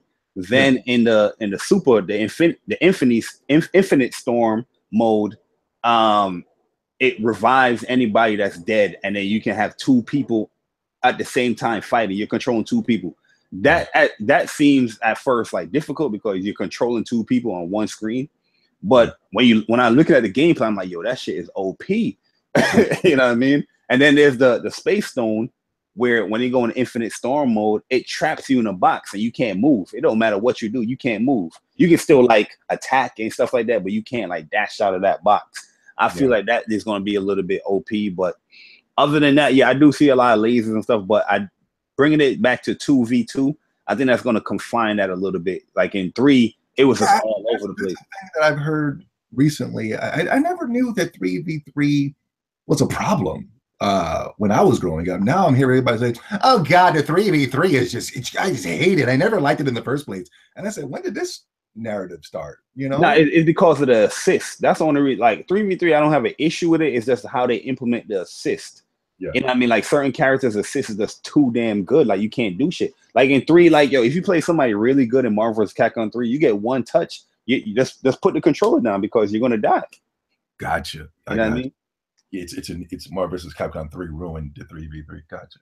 Yeah, it's crazy, man. But as far as the roster, I am a little disappointed with the roster, but it does have one of my favorite characters from Darkstalkers in there, Jeddah, and everybody's going to be surrounded around Jeddah as far as when I play this game. So that's the only thing that's really, really, really getting me excited outside of the gameplay is having Jeddah in a crossover game. So he was in a crossover game before. The Marvel vs. Capcom 3, I wanted. They lied to us. They said this was going to be the biggest. I don't forget shit because when I get mad, I don't forget it. But they promised us that was going to be a bigger roster than Marvel vs. Capcom 2. And the shit was 30 times smaller. Yeah, Marvel vs. Capcom 2 is big. Yeah, but they promised us. They said, yo, this is going to be the biggest. Yo, this roster is going to be crazy. Yo, we got all types of characters. And I was like, yeah. But now, when it comes to characters, being announced from Marvel vs. Capcom, to be honest, whoever they announced, it's just going to piss me off because it's a new generation. So you're going to have characters like Groot, Yeah, he's in there with Rocket Raccoon. Like you got Rocket Raccoon, you got Guardians in the Galaxy characters. And like, get the fuck out of here, man. I want to play with the gangster niggas that was in the comic books, like Venom. I heard Venom was there, but you had the DLC. Some type of DLC and things of that stuff. That's another thing that pissed me off, man. Is that like I don't usually get pissed off at these things because like I look at gaming sometimes as a business perspective. I don't know because like what I do, but like I'd be like, yo, I understand why they're doing it, but like with this game right here, I can't just damage control no more because they're including people in the story mode that you got to wait for DLC. Like, yo, so you know what I mean? It's just crazy. They got Black Panther in the story, DLC character. I think Venom is going to be a story, DLC character. Yeah. The main fucking bad guy, or part of the main bad guy, Sigma, he's DLC. Yeah, he's not even the main. He's DLC. Capcom is not the same Capcom. The people that used to work there left. Now it's just a bunch of suits, and they're just taking the name and selling that name to idiots. And I'm saying this very respectfully. Yeah. And to be honest, people aren't even buying it. Street Fighter V sold horribly. Street Fighter 4 still pretty bad. They had to come out with ultimate editions and super editions and things of that such just to make up the money. Street Fighter 4 was like the ultimate hustle. Because I remember being very excited for Street Fighter 4. Like, I was in GameStop. That's when I was buying physical stuff. I was in GameStop. I was excited to get my Ryu headband. Yeah. And the delivery guy was mad late. Cause we was I got that. I remember that. Yeah, I got it too. I still have it. It came with like the little movie. If you got, you know what I mean? It was dope. And I was hyped for Street Fighter 4, man. I was, because I'm coming off. We haven't had a Street Fighter game in like forever, and it was taking it to the next gen. But yeah, Third Strike was that game that was playing. Everybody was playing, but Third Strike was a failure. That's like the I don't agree with that. I think Third Strike is still one of my favorites. Objectively speaking, it's the worst selling Street Fighter ever. Was it? Yeah, nobody bought it because at that time we were getting so many Street Fighter games. We got Marvel vs. Capcom 2, we got Capcom vs. SNK 1 and 2 that came out back to back. There was a bunch of Street Fighter games at that time, and Third Strike was like the last one that came on the Dreamcast. And a lot of people were making that transition to the PS2. It was at the wrong time, and like Third Strike didn't really start to pick up till when there was a YouTube video where a guy was playing as Ken and he was countering all of Chun-Li's kicks. Oh, you talking about the Justin Wong and Daigo? Yeah, not until that video is where everybody started to jump on the Street Fighter 3 bandwagon. But Street Fighter 3 was at its time was ignored, and only reason I remember is because there was a guy I used to play Street Fighter with, and he would always say Third Strike, Third Strike, Third Strike, and I would say, fuck out of here, I'm playing Capcom vs. SNK. Yo, you know why Third Strike wasn't yeah, cause I remember some of that too, because the first Street Fighter 3 that came out, I forgot the name of it, but when I saw like the roster, I was like, yo, where's the that's another thing. Yeah, the roster was completely different. When it went to Third Strike, yeah, that's when I really was like, yo, this game is hot, because that's when they brought I think Urien was on Second Strike. They brought over like Ibuki or something like that. They brought some new characters over there, and it was just like, yo, this game is pretty legit. The parry system is pretty good. I think it's the parry system and all that is cool, and it's created by the guy that made 4 and 5. But I really think this is an extremely overrated Street Fighter. It's hard to play. It's really hard to play. People like the cool little jazzy soundtrack. The art style was a little bit janky for its time, but I think it held up well today. Yo, Tretmaster said that he used to rock with Ryu, Cyclops, and Hayato. Man, that ain't no roster, man. Yo, ask Mr. Biggs there in that chat, man, how I used to get down the street, Marvel vs. Capcom 2. We used to go to my man Logan house, because Logan is the one that had the Dreamcast, because I ain't had Dreamcast. And we used to go over there, and I used to rock him. He's not going to admit it, because he know my Cyclops, Cable, and Ryu team is cheap. But he know he ain't going to admit that. Jesus Christ. You had a Ryu, Cyclops, and Cable team? Cyclops and Cable. Jesus Christ. Cheap characters. That's why you're excited for Infinite. Jesus. And Strider was my man too, man. Strider was my dude. Lasers and Jesus. But go ahead. That's your team. But if you wanted to like cheese people, just having Cyclops and Cable is cheap as hell. It's one button to win. But yeah, no doubt. But yeah, no. Like I said, Marvel vs. Capcom 2 compared to now, I know the people are going to say it's overrated today, but I disagree 100%. Marvel vs. Capcom 2, it's the game, and I wish I was working at Capcom, because we would have got the real Marvel vs. Capcom, man. 3. You know why I put Marvel vs. Capcom 1 over 2? And you're gonna be like, yo, JayBari, you are dumb as fuck. No, I like 1, but go ahead. This is real talk. The Marvel vs. Capcom Clash of Heroes had the best Ryu implementation. Oh, hell yeah, I said that. I said that before. Yes. It was cool how they had Ken and Akuma separated. But when I used to switch into Ken or Akuma, man, I said that a long time ago. I said, yo, the ultimate character. Yeah, Marvel vs. Capcom 1 was dope because you were able to switch styles. You ever turn to Ken style or Akuma style. And I thought that was so cool. I like Marvel vs. Capcom 1. Do I think it's better than 2? No. I thought 1 was dope. Yes, that switching from Ryu to Ken to Akuma was excellent. But I remember you had 1 and it was only a certain set of characters. But when 2 came, boom, they just dropped like a pound. Two characters crazy, yeah. It was just like, you were playing with Ryu, you were playing with Street Fighter characters and X-Men comic book characters. It blew my fucking mind. It was like, what the fuck? I just like the sprites better in 1 too. Like 1 was more like close up. Yeah. Visually. I like that old school sprite sometimes, man, where it was just dope. More Dragon Ball Fighter. But for Dragon Ball Fighters, you could be able to put in the 4 controllers and play 2v2 against each other on the Dreamcast. Oh no, I never did that. Well, Dreamcast, when we used to go over there, we used to just play like 1v1 with my boy Logan. But Logan is the one that had Marvel vs. Capcom.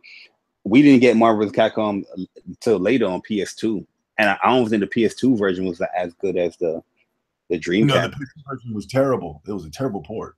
Horrible. Yeah, cause my boy Logan, he lived probably like 5 houses away from me, so I was always go over there. Yeah, he plays Dreamcast and stuff. No homo. That's what we did back in the day, man. That's what we did. But yo, did you get to play the City of NT? The City. Oh no, I got a beta code from my boy Shadow, but I heard you have to get PlayStation Plus. So I was like, no, fuck that. You need PlayStation Plus? I don't think you need it. I don't know. Oh, you don't? That's what I'm not sure. I don't know. I'm not too sure because they do have like a practice mode on there where you just can try the characters, but the online they just release a patch for it because online was a little janky. Online used to get in matches quickly, and then there's times where you couldn't get in shit. But the only thing I don't really like with this city is the fact that the online it's randomized as far as your teammates. You know what I mean? Like, I don't know if these pick your teams. Like, yo, you can't have like a 1v1 3v3 thing right now. You know, it's just like if it's me, you, Thundershank, anime fan, we can't do that. It's totally randomized as far as however you get into the matchmaking because they're doing matchmaking. It's not like, yo, you can pick a private match or nothing like that. Maybe in the full version, hopefully. Probably the full version, but right now with the beta, yeah, you definitely got to just depend on other people and what people they're going to pick. And I'm seeing people pick Cloud. You know, Cloud is very popular. Yeah. And I'm watching them how you pick Cloud. I'm like, yo, my man, you can't be used. Like, you suck. You know what I mean? Like, yo, did you play the last Dissidia? Like, I don't know what is going on here with some of these guys. Everybody's picking Cloud. Cloud's yo, 7 is overrated, right? Cloud is in there heavy. A lot of people's picking Cloud as well. Everybody's picking Cloud. Final Fantasy's overrated. Final Fantasy 7's overrated. But everybody's hyped. All these fucking nerds that were hyped for 15 are hyped for fucking Final Fantasy 7 remake. Can you believe this bullshit? But go ahead. Go ahead. I'm sorry. Yo, but it's definitely dope. It does have every character is different too, man. I put up videos of showing off like how characters play and all that stuff. Did you play the PSP version? Oh yeah, the city. Oh yeah, that's my shit. The only one I didn't play was the second one. Was it like the second one, like 012? I didn't play that, but the first one, I definitely played that. That was like my mainstream. Yeah, everybody was level 99 in that motherfucker. You know what I mean? Like, I didn't play it. I always wanted to, but it threw me off for some reason. That's how I wanted it. Like 1v1. I think they say they're looking into 1v1 battles and stuff like, but it should have been that from the jump. Like, just to having a 3v3 and then you got to rely on a computer to do stuff. Yeah, it's kind of I don't know, but I'm still excited for it. Wait, you can't have 6 players? It's you and 2 computers? No. Like when you play like say single player mode, it's just you versus like the computers. So the other your 2 teammates is computers and everybody else computers. But if you're online, is everybody have like a separate character, but it's just randomized as far as the teammates. You're not going in as like a party. But if you play a single player, it's you with 2 computers every time. Yeah, like you can't switch the character. I don't know if you can do that in the final, but I couldn't find a way to switch out characters. Yikes. The character that you pick is what you stay in. The computer is controlling the rest. So yikes. That's scary. Like, you know what I mean? Like, no, I don't want that. You know, I want to be able to, like, okay, I can pick my team, switch over characters, you know, when I want to, you know what I mean? Yeah. A lot of people that like this game, I don't trust. I wouldn't trust them to watch my beer. You know what I'm saying? So I think this game is complete dog shit. Respectfully, I didn't play it, but I have a very bad feeling in the pit of my stomach. I have like some worrisomes with it. I personally just like it because it's giving me that the city of feel. That's your favorite Final Fantasy characters going at each other. It's like fan service kind of thing. So that is the reason why I'm like really, really liking it. And hopefully, yeah, I mean hitting these motherfuckers up on Twitter like crazy. I'm like, yo, the fuck are you doing? Like, why you can't control this? Where's the 1v1s? Like, we want 1v1. You know what I mean? I'm trying to be as vocal as possible, but I don't know, man. Square is probably like, fuck. When you were vocal, was there somebody coming? Come on, JayBari. I mean, this is what did he make excuses for it? I think somebody did say that it's like 3v3, like the new shit with me. But I was like, I don't want that shit. I want 1v1. It drives me crazy when I'm trying to list my complaints before the game comes out, and then there's always some type of little weaselly guy that comes with his little 5 followers, and come on, Zobe, I mean, that's the guy. And then the game comes out, and guess what? It's a complete failure. Yo, that is real talk, yo, because a lot of people that be like complaining about the shit that I be saying, or like if I have a complaint, and normally I don't really have complaints like that, you know what I mean? But when I have a complaint, you're gonna hear that shit. And they be having like 2 followers. Like, I'm like, who are like, they don't write on their own Twitter. Like, they just reply to what other people say and shit. Like, yo. I can't stand this Naruto era. I call it the John Cena era, the PG era, where it's like if you list a complaint and you know this is going to be the detriment of the game, there's always some type of little person that comes out of nowhere, and he's like, come on, he's like the PR person for this company. And I'm saying, no, I'm not complaining to be like just trolling. I'm complaining because these things need to be fixed. Then the game comes out, and then all of a sudden, 3 to 4 to 5 months later, Zobe70, you were right. And it's like, you know, I know I'm right, man. But yo, you know what? We could go into, I have a new segment on the show called What Grinds My Gears. Yeah. We can talk about what grinds my gears. And for me to start it off, I want to say this. Yeah. I'm going to be a little corny right here, but what grinds my gears? Yeah. You know what grinds my gears? Going back on Twitter, is when, right? Yeah. I'm having a hashtag called Respect Gaming, and I'm like, yo, if you don't have a PS4, I feel like you don't respect gaming, right? You know, simple little like joking stuff. And then you have this one little dude that's trying to be all innocent and shit. Oh, but you can respect gaming with an Xbox too. You know what I mean? And I just look at that tweet and I'm like, fuck you. You know what I'm saying? Like, yo, I don't care about your opinion, man. I'm the same with my shit. Like, sometimes you just want to say your opinion and keep it moving. There's always this person that's coming out the blue, like you just said, like, hey, but what? Yeah, they're like the PR people, and it's like, you're not getting paid, man. Fall back and let me just get my fucking game the way I want it, goddammit. Because the way you want it ain't working. Hasn't been working for the last 10 to fucking 15 years. Yo, Wolflow Flip, what's good, man? What is good? Thanks for coming through. He said, "Fact, Zobe, I hate that." Yeah, sorry, man. But yeah, no, my bad. Yo, go into something that grinds your gears, man. I know it's very corny and all that stuff, but I like the corny shit. That's what grinds my gears the most is when I've been doing this on YouTube for years. I would make a video about my complaints, and then there's dislike bars. There's people sending anthrax to my house. There's people screaming and throwing eggs at me on the streets. And then as soon as the game comes out, 3 to 4 to 5 months. It's a routine for every single game, and all of a sudden it's yeah, man, that game fucking sucks. And it's like, wait, didn't I say this a long time ago? And you guys were having your pitchforks and you were angry. And that's why I always say I'm always 10 to 20, 30 to 40 years advanced on a lot of these people. I'm not saying this to be trolling. This is the real deal. I understand you. Yes, gaming is more popular than ever, and we have a lot of new gamers, JayBari. We do. We really do. I'm on Twitch. There's girls. When was the last time you've seen a girl in our generation playing? I'm not saying that there aren't any female gamers. I'm just saying, damn, it's a lot of them now. Yeah, it's a lot. Social media helps with that. They got the PayPal thing. They got the Patreon. They got the donation, the tip thing. And they're playing whatever the popular shit is. To be honest, Obi, are you subscribed? Or are you Patreon subscribed? Any of these females? Hell no. Hell no. I get kicked. As soon as I come in there, I'm being this is disrespectful as I want to be. Damn, look at them fucking titties. And I get kicked by Oh yeah, I remember we was in a party chat. We was going through YouTube and there was like some big titty girl. Yeah. And I was like, we was just messing around with it. Then they kicked us out.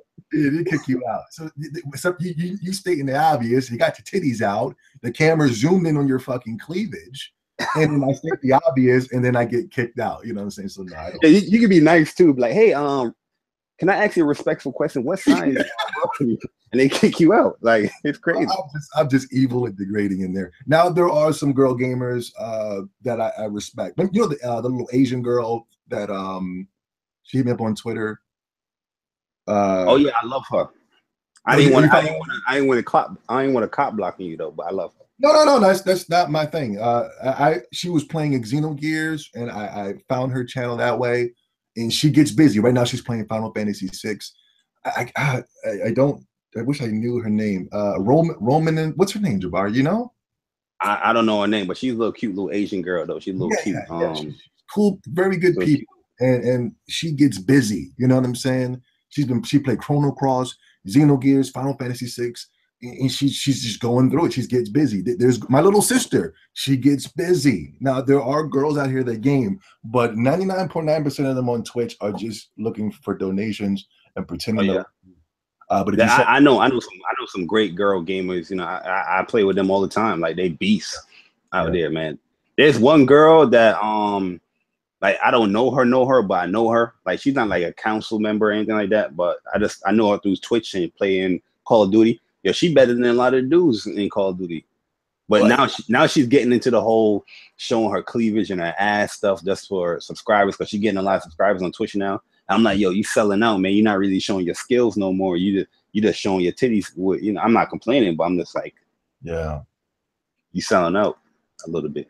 I don't like that. And dudes do it too. Men, hey guys, wow, everything's all great. Or the happy stuff. Yeah, that Greg Miller bullshit. But you're my best. Wow. What it is, it's a hustle, it's a business, and I'm stupid because I'm not. I should be doing the same thing, but no, I care too much. So if you did the same thing, you be PewDiePie levels, man. I used to be. That's why. Going into it. I used to be that guy. Niggas loved me, man. Now that I started to get angry because the games are getting shittier and shittier, these motherfuckers hate my guts. One kid wanted to fight me in the middle of the street the other day. I whooped his ass. Going into it, I always wanted to ask you.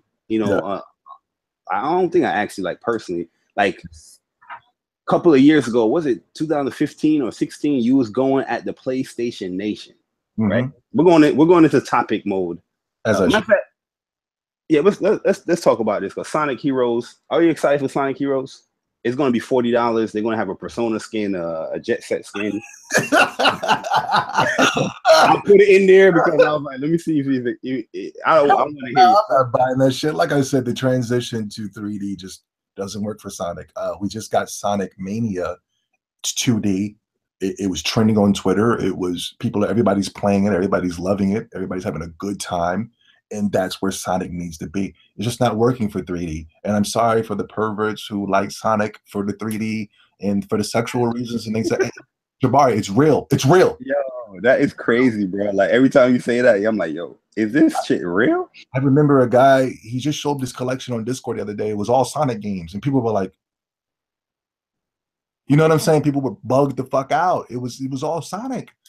And if you do the history, if you do the research, there is these things called furries, where they follow these guys who dress up in these costumes and like they're animal creatures, you know. And Sonic. Yo, matter of fact, I did hear about that. There was this dude on Facebook. Yeah. His name was like Gassy. Yeah. And this motherfucker was like, he's considered himself like he admitted it. He's like, yeah, I'm a furry. I'm like, what the fuck is a furry?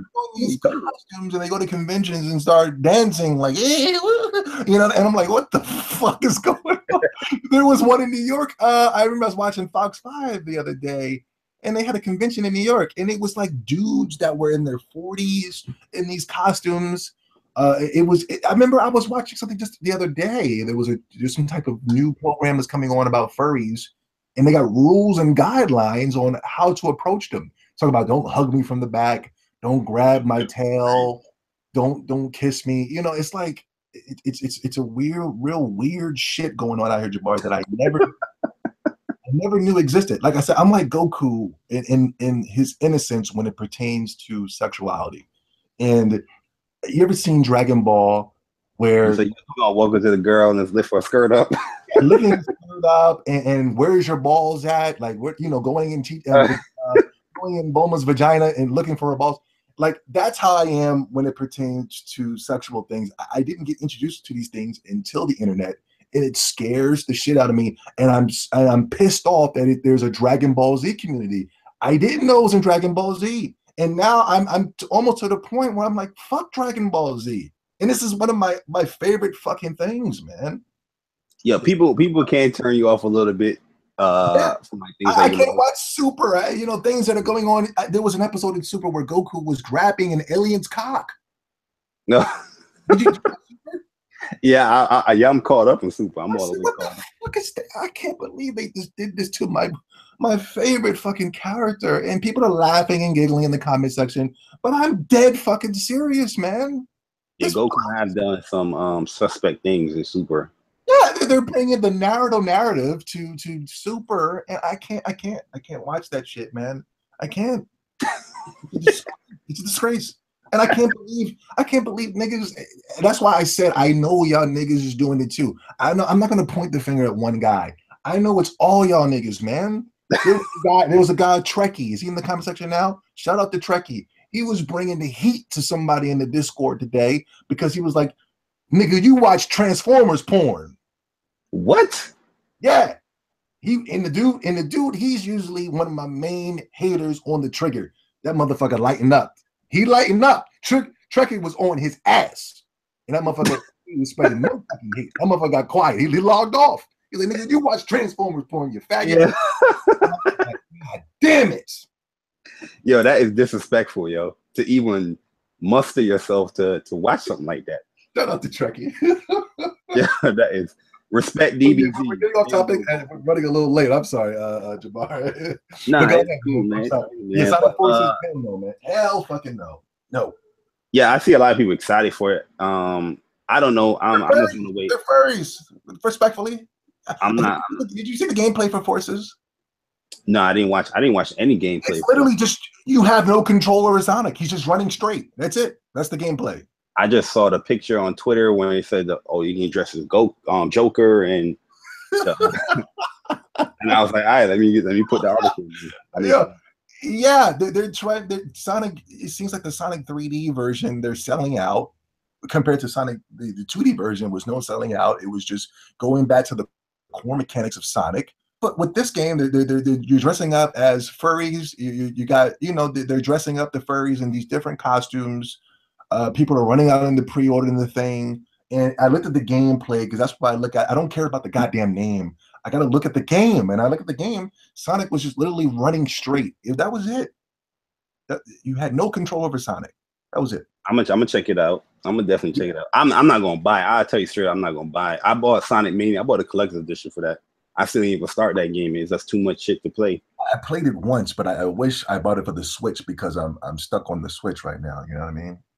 Yeah, I was surprised that you got it on the PS4. Yeah, because I bought the game before. I bought the game the same day I bought the Switch, but I bought it before. I didn't think I was going to be able to find a Switch because I ran out after I played it, and then I found a Switch. Luckily, I was like, Jesus Christ. But Yo, yeah. but getting to it, you was going at the PlayStation Nation, for some time. Yeah. You know, some of the videos was about me, but As it should be. as it should be. But what was your disdain with the PS4 that made you go at it like that? And the question is, what do you see in the future for the PlayStation 4? You know, just as far as this generation. Oh, yeah. I got to ask you that same question, but I'll go first. The I think I started having a problem with the PlayStation around the PlayStation 2. You know what I'm saying? I think it's just a build up. I think now you just see me at the rage stage of just saying, you know what, fuck this console and fuck the fucking fans, because in the direction that I see this bad boy going, it's dangerous, it's toxic, it's they're not even games that Sony's making anymore. You know, even the games that I'm excited for, I'm playing on the PlayStation 4. They feel like fucking Vita games. You know, there was this game that just came out, Yeez 8. Disrespect. What the fuck is this shit, man? After I just got done playing Zelda Breath of the Wild Game of the Year, and then I had to come and degrade myself to this. And, you know, and all these guys are, you know, Yeez, man, Yeez, and I'm playing this shit. I said, what the fuck is this? I'm definitely excited for that Yeez. You played the demo? No, I'm not playing demo because I don't want no spoilers. Right. You need to dive knee deep into that fucking demo right now before you go out and spend $60 on that fucking Vita port. Yeah, I'm gonna tell you this. I got the collector's edition. See, there you go. But I'm gonna tell you the history with Yeez. Like, yo, I love Yeez. Like from back from Sega. On the PSP when they start remaking the older ones. I was just loving this shit. You know what I mean? The original Yeez, the old school style, I got nothing but props and respect for that. By all means, I didn't play any of the Yeez games, but I do have them all, and one of these days I'm going to go play these bad boys and really get a good perspective of this series. But when I went from Zelda Breath of the Wild and then coming down to this, it really puts a bad taste in my mouth. I really do not like this Yeez 8. It's horrifying, you know, especially where I'm about to play Zelda Breath of the Wild. I'm about to play Mario Odyssey. I'm about to play Xenoblade Chronicles 2. You know, in the next couple of years, I'll be playing Pokemon. I'm not really. I'm looking forward. I'm not looking back anymore. You know what I mean?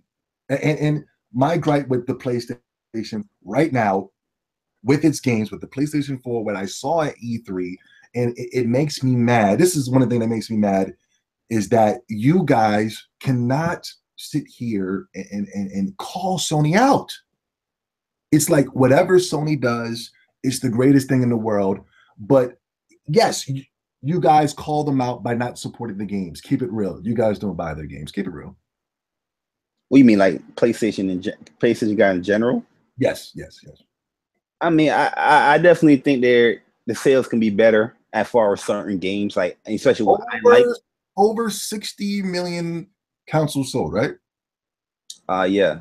Uncharted 4 sold 9 million copies at best, and that was only because of the bundles. Keep it real. But you got to also look at it like this: people are buying a console just to play that game. That's even a greater accomplishment. Which one you rather do? Spend $60 or spend $400 or what it was, $250 or $300 to play the same game? Well, the bundles were discounted $100 during the holiday season. Yeah, so, it was like $250. Yeah, so if you were going to go buy a PlayStation, you said, "Let me get the bundle because I'm gonna get it Uncharted 4 to go with it." You know.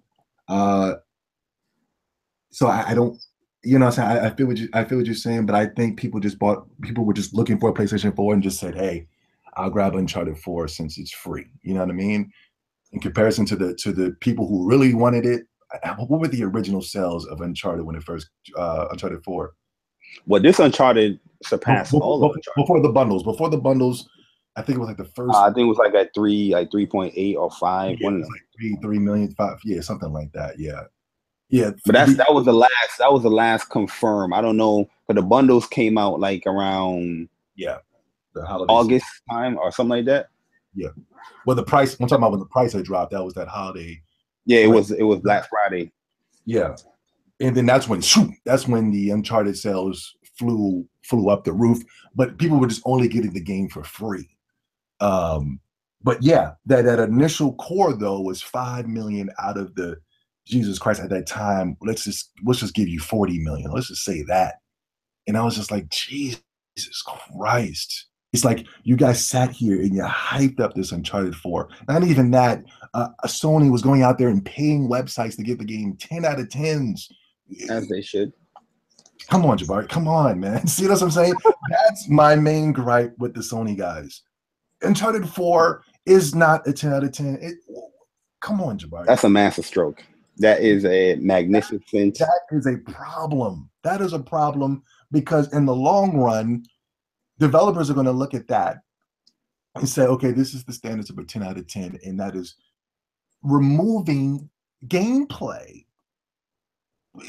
Uncharted 2, you were able to do more things in that game than you were able to do in Uncharted 4. Now they think, now we're just getting game after game after game where it's nothing more than I'm paying $60 for some type of cinematic experience that's going to be a third-person cover-based shooter. And I do not want to reward these people for doing half-ass shit. A Naughty Dog needs to be rewarded for hello? Am I still here? Yeah, you still here. I can hear you. Naughty Dog needs to be rewarded for Crash Bandicoot and for what's the other one they did? Jak and Daxter? No, is it Jak and Daxter? Yeah, Jak and Daxter. They did. I don't like Jak and Daxter. At least they gave us games back in the day. Now I think they've lost their mind because Sony fanboys have really risen these two franchises that I think do not deserve the props that they are getting. No way, shape, or form. These would be horrible games if they were on any other console exclusively. Nah, I think it would sell great on Nintendo. I think. Whoa! No! Please don't put that. Nintendo guys would definitely hype up games. Yeah, I've seen it personally, Zobe. No, I've seen dudes bash Disgaea. I've seen dudes bash. I Am Setsuna. This is Nintendo guys. This is Nintendo guys, and as soon as that junk came on, they play. Oh my God, Disgaea! Oh my, I Am Setsuna is amazing, and these people got PS4s. They're gonna easily play the game. I don't know who those Nintendo's guys were, but they've got Disgaea before on Nintendo. And what'd you say? What was the other game? I Am Setsuna. Yeah, if they were bashing that game, then I that's insane. That's insane. There was dudes out there bashing the game. Nintendo dudes. But Uncharted though, no, because Xbox has got their kind of a version of Uncharted, and that motherfucker flopped. What was it called? Quantum Break. It was like Quantum Break. That game was mediocre. It had a good story until the end. I didn't like the end of that game. The cover based mechanics of that game was bad. Yes, I'm tired of cover based, mid to level cover based shooting. I'm tired. I think it's corny. I think it's played out. And yes, we're getting a great story. Look at the story, which I think the story is goddamn boring and horrible. Yes, the first 10 minutes. We're fighting. The first 30 minutes of The Last of Us 1, yes, okay, that was that was cool. But after that game slows down to a snail's pace in the level of entertainment. This is the thing that grinds. You just asked me, what is my beef with PlayStation guys?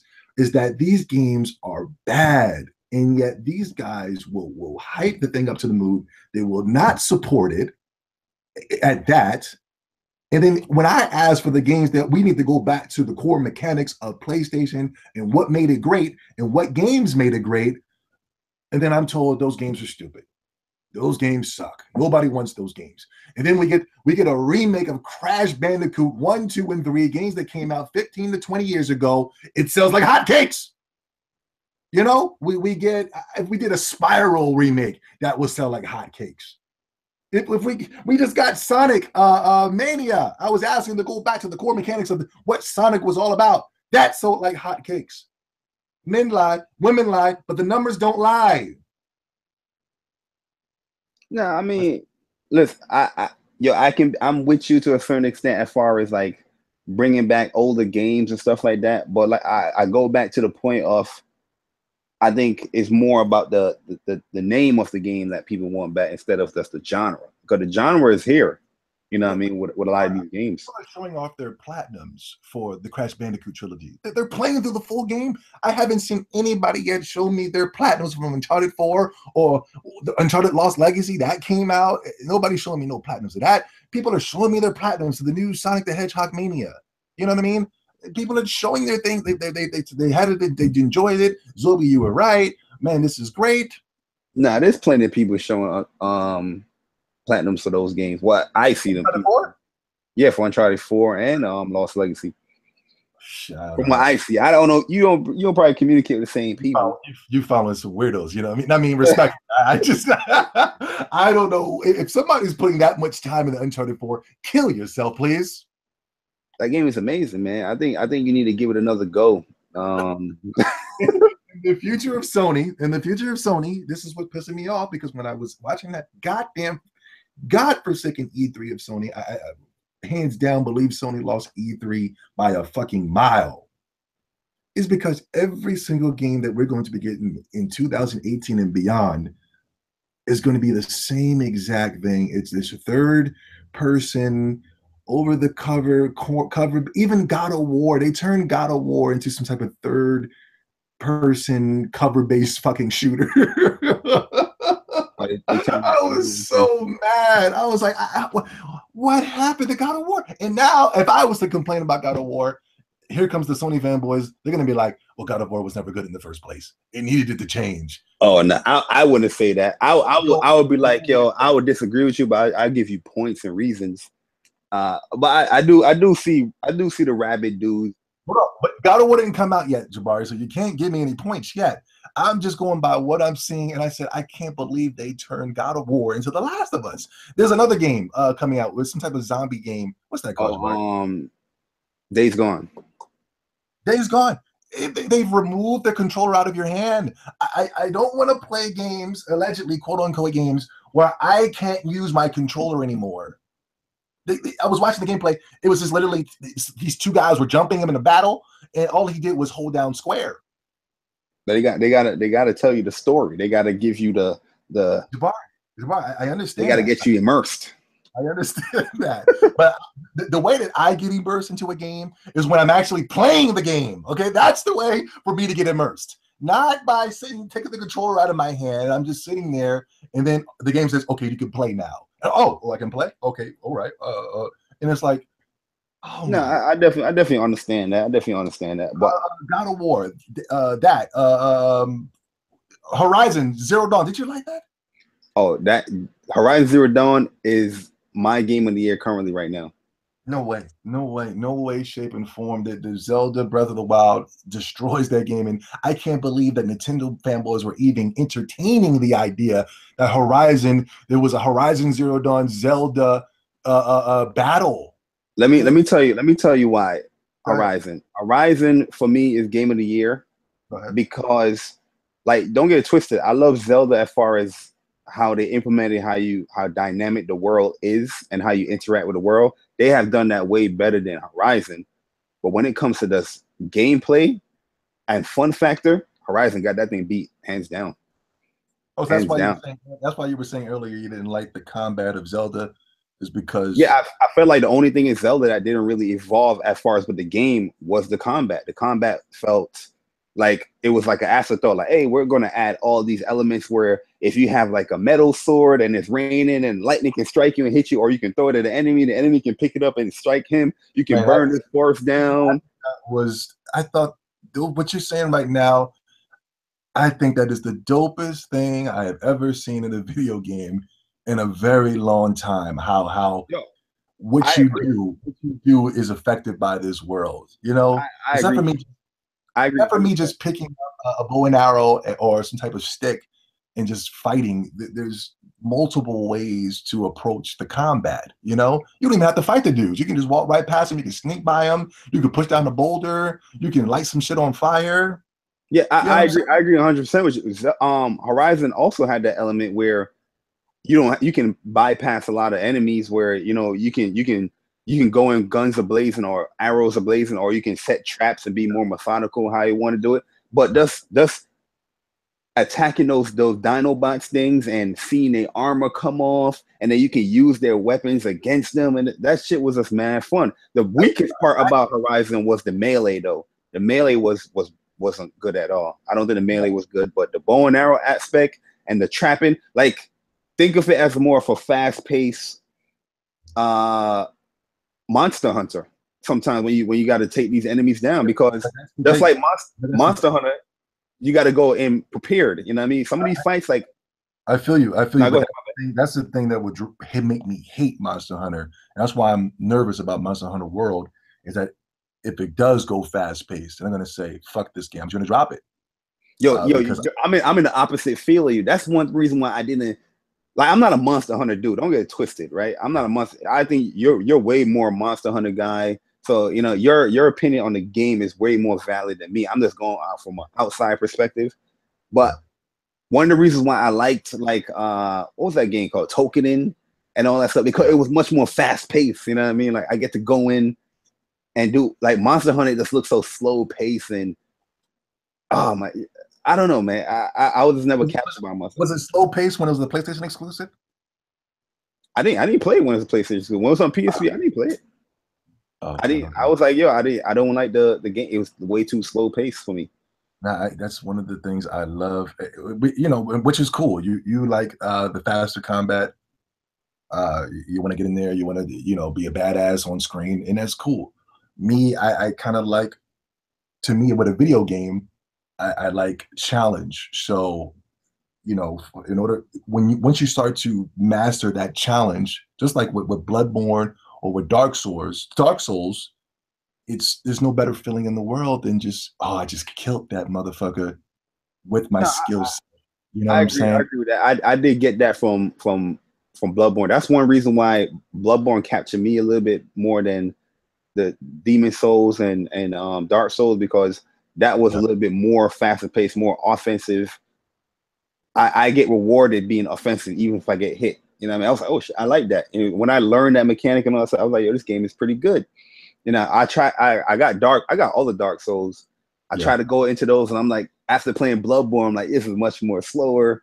I'm like, to me, that is my crack. Even though I love Bloodborne, even though I think it's the same thing, but I don't know. Some other people might feel different, but Bloodborne feels just like Dark Souls to me. But there's no better feeling in the world. Those type of games, they're the only ones that can keep my attention, because there's the reason why I can't play platinum games, is because I don't like being the badass on screen. I don't need video games to make me feel like a badass. I just want video games to take me out of the reality of life and to just figure out this challenge I'm having on screen. No, I get that. Yeah, but Horizon, we go back to that. You were saying it was more of a Monster Hunter. No, I'm like, Horizon took a lot of elements from other games. Like there's that's the thing that, not to cut you off, I'm sorry, but that's what bothered me, was that I felt like it was a bunch of suits in the room, and they said, let's make a game. Okay, well, how are we going to make the game? We're just going to take pieces from every other game. And that's one of the main reasons that really turned me off about Horizon. Well, I feel like that's what every game, even with Zelda, when you look at it, you know what I mean? Like, even when the combat now with Zelda Breath of the Wild, it's more Dark Soulsy because of the whole stamina gauge. You know what I mean? But you got to be more methodical how you attack and swing and dodge. You know, there's things that every game, like imitation. And you're right. I feel like Zelda evolved on the systems that are already out there in comparison to just saying, okay, let's just take these things, put them in the game, and then we're going to sell it that way. With Zelda, I was reading the Game Informer article, and the guy that works on Zelda, he said, yeah, I went through and played a couple of the Western games to get an idea of what's going on out here, what the people are into. But he still said, you know what, I still created the game the way I wanted to create it. I didn't just say, let me just take these things and put them in Zelda. With Zelda, what I like about this is that they're taking things from games, but they evolved on it. Instead of just saying, here, take that and just go. You know, I think they evolved on everything across the board, from the combat to weapon deterioration. I love the weapon deterioration. People hate that, but I love the weapon deterioration. Just the little things, like you said, when I threw my blade and I missed, and the goblin picked it up and started swinging on me. I remember I beat the goblin up. He dropped the blade and I picked it up, and he was like, "Ah, man!" Something else happened too, where I liked how smart the enemies were in this game in comparison to. Oh yeah. The AI in that game is pretty good, because there was like a couple of dudes that was chilling like in a fire pit, and I tried to hit one of them with a bow and arrow. Yeah. And I missed, but they recognized it. They saw me, but they went and go back and called like the rest of the dudes that was like, yo, let's go get this guy, man. And the way how they was coming at me, I was like, oh shit, this is kind of I really liked how smart the AI was. And I remember I threw a bomb, and I'm thinking I'm about to just throw this bomb and then exploded on these niggas. They seen the bomb and went around it. One dude came up and kicked it out of the way. Yeah. Out here, they went around the bomb. Just little things like that just really makes me smile from ear to ear, because I feel like Nintendo gets it. You know, they're really evolving on what we're getting today. I can enjoy what we're getting today, but I feel like when you take these things and just throw them in the God of War, if you throw them into The Last of Us, you throw them in Uncharted, you throw them in the Horizon, I go, okay, how are we evolving the system? How are we reinventing the wheel? Oh, we're not. Okay, so fuck this game. You know what I mean? That's my main gripe. You know what I mean? No, like with Zelda, I think Zelda definitely evolved from what Zelda's was, but I do think that those games that you mentioned as well, there are evolvements in Zelda. Well, Zelda put in that slow-mo bow and arrow thing. Oh yeah. What's the name? Instantly stole from that. What's that game? The Lord of the Rings game that's coming out. Horizon had that too. Horizon had the slowing down of the bow and arrow. Yeah, you can slow it down. You jump up in the air and then slow things down. You can slow it. You like there's a button you press where you slow down. You can slide and you slow down. Like I'm telling I don't know if you played Horizon, man, but I think you got to play Horizon. Like even if you just ignore the story, I think you're gonna have mad fun gameplay wise with that game. There's a thing in Zelda where you jump off and you can slow down time. You could be in the middle of the air and you slow down time mid-air and start releasing arrows. And they implemented that same feature in the new. Help me out, JayBari. It's a shitty game. They steal everything. They basically stole Assassin's Creed's combat system. I think they took them to court for that shit too. It's the Lord of the Rings game, Shadows of Mordor, I think it's called. Oh, Shadow Mordor, or WB dudes. Yeah, they stole fucking the Zelda shit from there, the jumping in the air and slow. The boss battles. I haven't played a good boss battle in a video game since Zelda Breath in the Goddamn Wild, man. When's the last time you played a good flipping boss battle? Oh man, I played some good boss battles, man. Absolver was good. You said where? Absolver. That was a good one. Oh, matter of fact, Final Fantasy 12, man. Them shit's got some good boss battles in there. Oh man. You gotta get to these boss battles in Zelda. Yeah, I didn't get to like the sacred, what's it called, the sacred beasts and all that stuff, the 4 beasts that you gotta fight. I didn't even know that. It was like Shadow Colossus size enemies. I didn't even know this was in the game because I'm not watching any gameplay.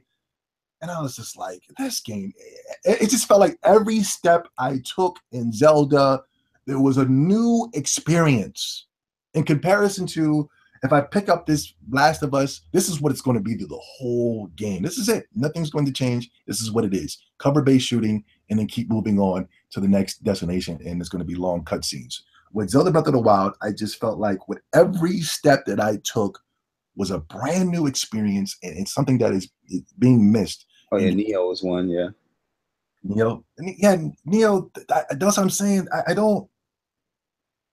You were able to cheese the system once you started to get those magic spells. You were able to slow them down and things of that such. They were difficult enemies, but I didn't think they were. They're great boss battles. I don't think you guys know what I mean unless you get knee deep in that Zelda Breath of the Wild, and you were going to be like, "Oh my god." I had to fight the giant beast, and then not only that, I had to go inside the beast. There was another boss inside of that motherfucker that you had to implement, and you had to. It was something that Zelda is good at, where these boss battles where you had to figure out their combination and how they would move is something that Neo or not even Dark Souls has some epic boss battles, but I don't even think Dark Souls had it on the level of Zelda Breath of the Wild. You guys, except for just trying to find excuses of what game out there does these had a great things, you need to play the Zelda Breath of the Wild. Don't just do it as a fanboy. Do it for yourself as a gamer. It's amazing, amazing. I definitely thought Zelda was a great game. I just felt like I had way more fun because I was playing them interchangeably. I was playing Horizon, then I was playing Zelda. I was playing Horizon and Zelda, and I was just like, yo, I'm having way more fun playing Horizon. I think Zelda has some great implementations and stuff like that. Yeah. And I would never say like if Zelda win Game of the Year, it rightfully should win it. You know what I mean? But personally, I feel like Horizon is still my Game of the Year. Yeah, like that to me, that game was just, I mean, especially the mission structure in that game. You know what I mean? It was as fun as hell, like a mission leading to another mission that would lead into another mission into a boss fight. It was just like it was fun as hell to play. Like I couldn't put that shit down. I feel you, fam. But one thing though, the Switch, get that Pro controller, yo. That's gonna change your life, bro. That is another lie. That's another myth and a lie. I was playing Street Fighter 2 with the Pro, with the Joy-Cons. No, but I'm saying like the Pro controller is a good ass controller.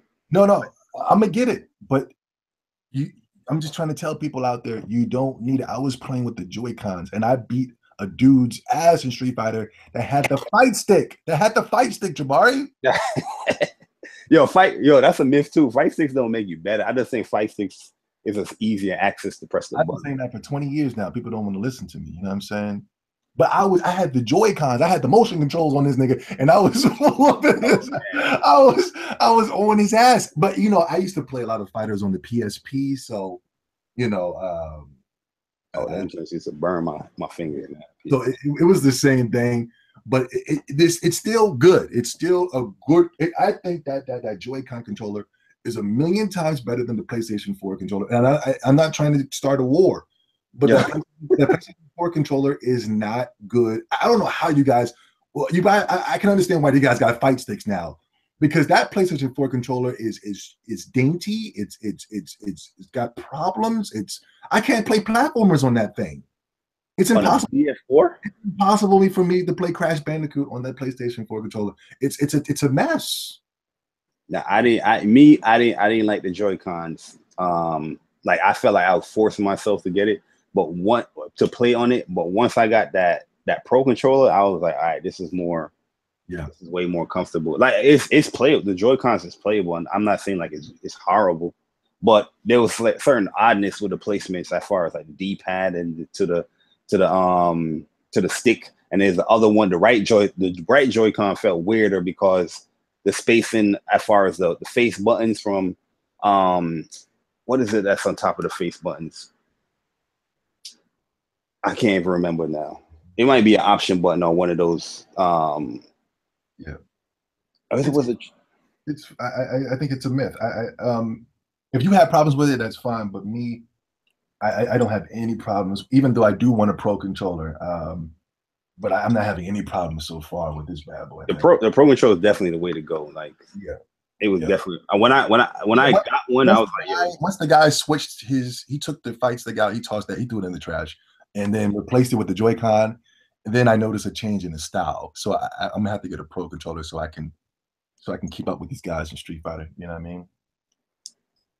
But yeah, man. I mean, hey, man. As long as you enjoying it, that's the only shit that matters, man. Like I feel like a lot of people, like, you know, we having a discussion right here. We're disagreeing, and I'm definitely hearing you, but a lot of people will get pissed off. will get pissed off at what you're saying. Well, if they're getting pissed off, they're the problem with Sony. And I think the downfall will be you. Nintendo is coming. Nintendo, and I said this before. Didn't I say this before, JayBari? What with Nintendo? Yeah, but the Nintendo Switch is going to be the new hot shit. Didn't I say that? Yeah, I'm definitely shocked. I'm definitely shocked at how good. Well, hold on now, keep it real. I was the main nigga on the trigger that was like, this Nintendo Switch is going to be hot. Remember? Oh yeah, I remember you saying that your Nintendo Switch is gonna sell like bangbusters, and I was like, I don't know. Like shit. I was like, I don't know, man. But keep it real. Keep it real. It's selling 5 million already. That, you know, I mean, that is. That's what I'm saying. Sony fanboys, look out. That is very telling, man. It's very telling, man. And it's selling this many in less than 6 months, and it's not even a fucking holiday. It's not even the holiday season yet. You guys got your PlayStation 4 during the holidays, and you still ain't doing as good as the goddamn Switch. I don't know. I disagree with that. I disagree. Sony fanboys, you better ask for different games in the future when it comes to that PlayStation, because Nintendo's coming, man. I think Sony is definitely doing great as well, man, because Sony's hitting you with all angles. Like, yo, I have over 500 and some games on this shit. Like, it's like a constant. Yeah, but that's the problem. That's a bad sign. That's a great sign, in my opinion. It's awful. Like, yo, it's a horrible sign. 500 games and you're still kind of looking for more games. After playing Zelda, I had to tell them I can't play nothing right now because I'm locked into Zelda. I can't go in. I know I got to get Splatoon. I know I got to get ARMS. I know I got to get this game. I know I got to get that game. But listen, I'm so content with Zelda. There's nowhere. I don't need nothing else right now. Those I get that as well, because right now I'm locked in as far as with Final Fantasy 12 and Lost Legacy. That came out on the PS2, family. Yeah, but I never beat it on PS2. I'm just saying, if the best the PlayStation 4 has is Vita and PS2 ports. I'm saying Nintendo's coming. I can play other games, but I'm locked in right there because I want to actually finally beat this damn game.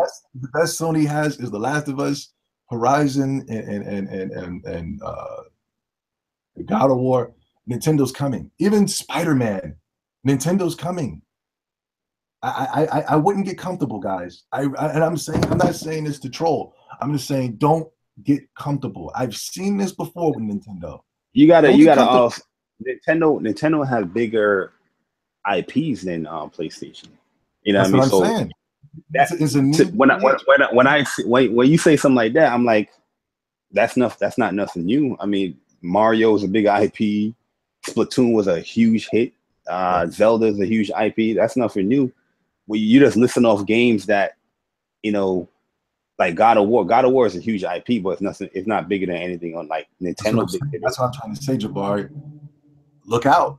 Look out. It might have worked yesteryears, and yes, you had a lead, but if Nintendo catches up, and they will catch up, I would say the PlayStation 4 is the biggest failure I've ever seen in my entire life.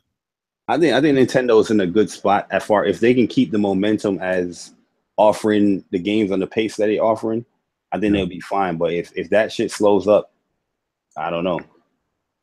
They can slow up and they'll still be fine because Sony doesn't have anything. What do they have? We got Knack 2, baby. That's what I'm saying. You know what I'm saying? Like you guys are getting on the Xbox fanboys. You have no games. Nah, but the difference is PlayStation has games. It's just like if I list off a game, everybody's gonna be like, oh, I don't know about that. You know what I mean? But they have games. There's games coming out with PlayStation. That's what I'm saying. But that's a bad sign when you have a console that is hot right now, and the games that they're dropping are no joke. They're revolutionizing gaming as we speak right now. This Mario Odyssey, when it drops, but you also got to understand that PlayStation also been dropping the games throughout the year. As many people will say, like they don't care about Gran Turismo and all that stuff. Gran Turismo, outside of Mario Odyssey, is the second biggest game to come out in the holiday season. Well, not for this holiday season. Oh, of course. Gran Turismo is like over 80 million sold for the franchise. That's game for PlayStation. That's back in the day, but the newest Gran Turismo, that one sold horribly. Remember? Well, let's the newest one sold over 6 million. Yeah, and that came out when the PS4 came out. Yeah, but the ones before that sold very well. 6 million. The ones before that was like 10 million, 14 million. And Gran Turismo, you got to look at it because Gran Turismo is fine, but that's not going to save Sony. It's not going to save Sony against Nintendo. I'm not saying anything about saving Sony. I'm just saying, as far as people saying that they don't have a huge IP, they have a huge IP coming out. No. Yeah, it's huge, but I don't think it's huge. It's not going to be huge whenever the new one comes out, and it's not huge to the point where you say, "Man, I'm buying a PlayStation 4 for this Gran Turismo, man." In comparison to Nintendo, when they drop that Mario Odyssey, I'm buying a Switch for Mario Odyssey. When the Pokemon drops, oh my, it's a wrap. When Pokemon comes out, I wouldn't even be anywhere near a Nintendo fanboy because they're going to be glowing with some type of Super Saiyan aura. You know, you guys are going to be in panic mode when the new Pokemon drops. That's what I said. Like, you want to talk about selling IPs. That's what I'm saying. Like when you're saying about the sales and stuff, it's like to me, it's like I'm not debating. I'm not debating that Gran Turismo used to have the selling power, but I think today, we're talking about right now, I don't think Gran Turismo has a chance against what Nintendo was about to do, man. If I was you guys, and I am you guys, I'm scared. Nah, I don't. Honestly, I don't think there's anything to worry about with Nintendo Switch. I think Nintendo Switch is going to have its lane like it always has. They big IPs is always going to sell well, where people ignore the other IPs that don't sell well. But I give Nintendo guys a slide on that one. That's with the Switch, you know, games like Bomberman and Ultra Street Fighter 2. Ultra Street Fighter 2 sold better than Street Fighter 5. And, and Street Fighter 5 had more users than the Switch.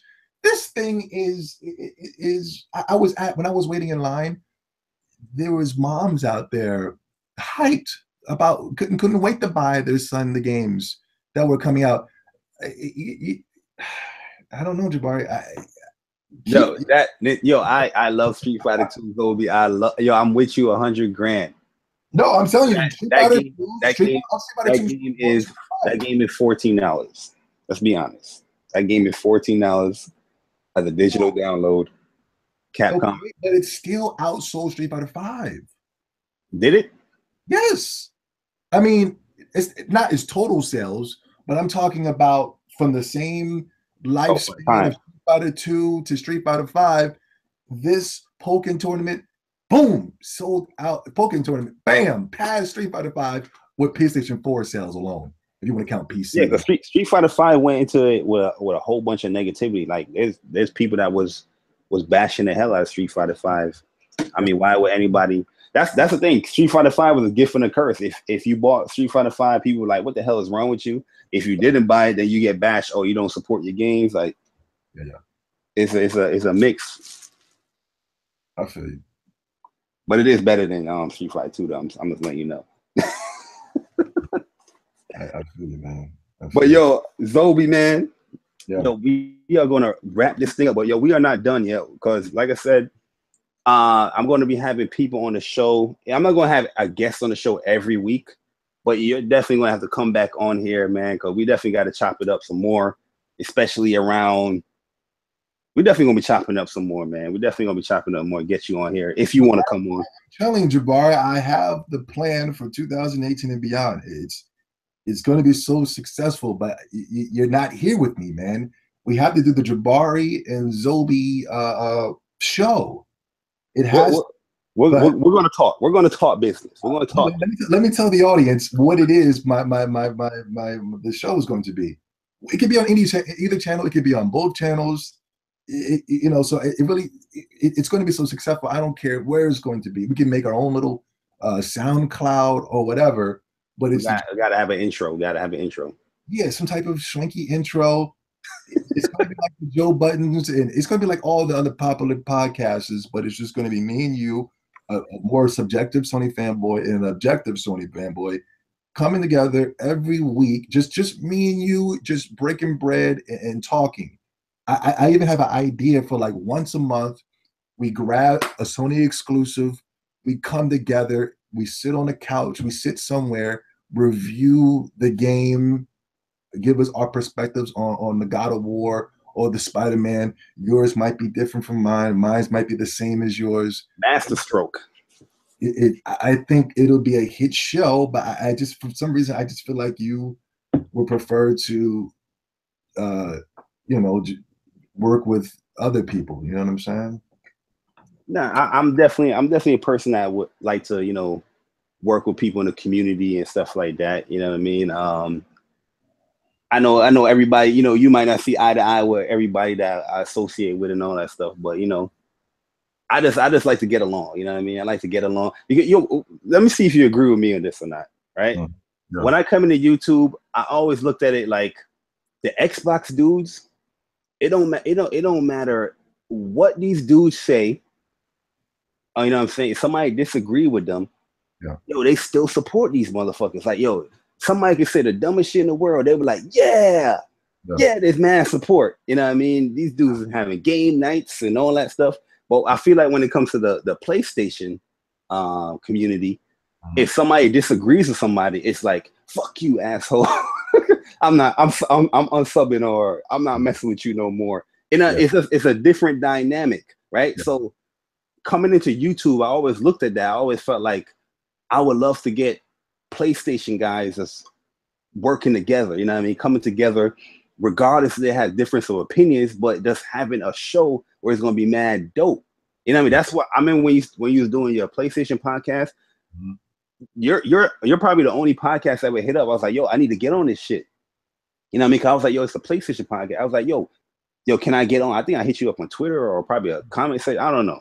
One of these things I hit you up. Somebody told me get JayBari, and I didn't know. I remember I seen you because you used to wear the big hat, the big. Oh yeah, yeah. That was my Twitter. I didn't know that was you, respectfully. But then I found out, and I said, oh yeah, let me get JayBari. And then you said you wanted to bring the other guy on, but it was going to be me, you, Bleach Kid. You know what I mean?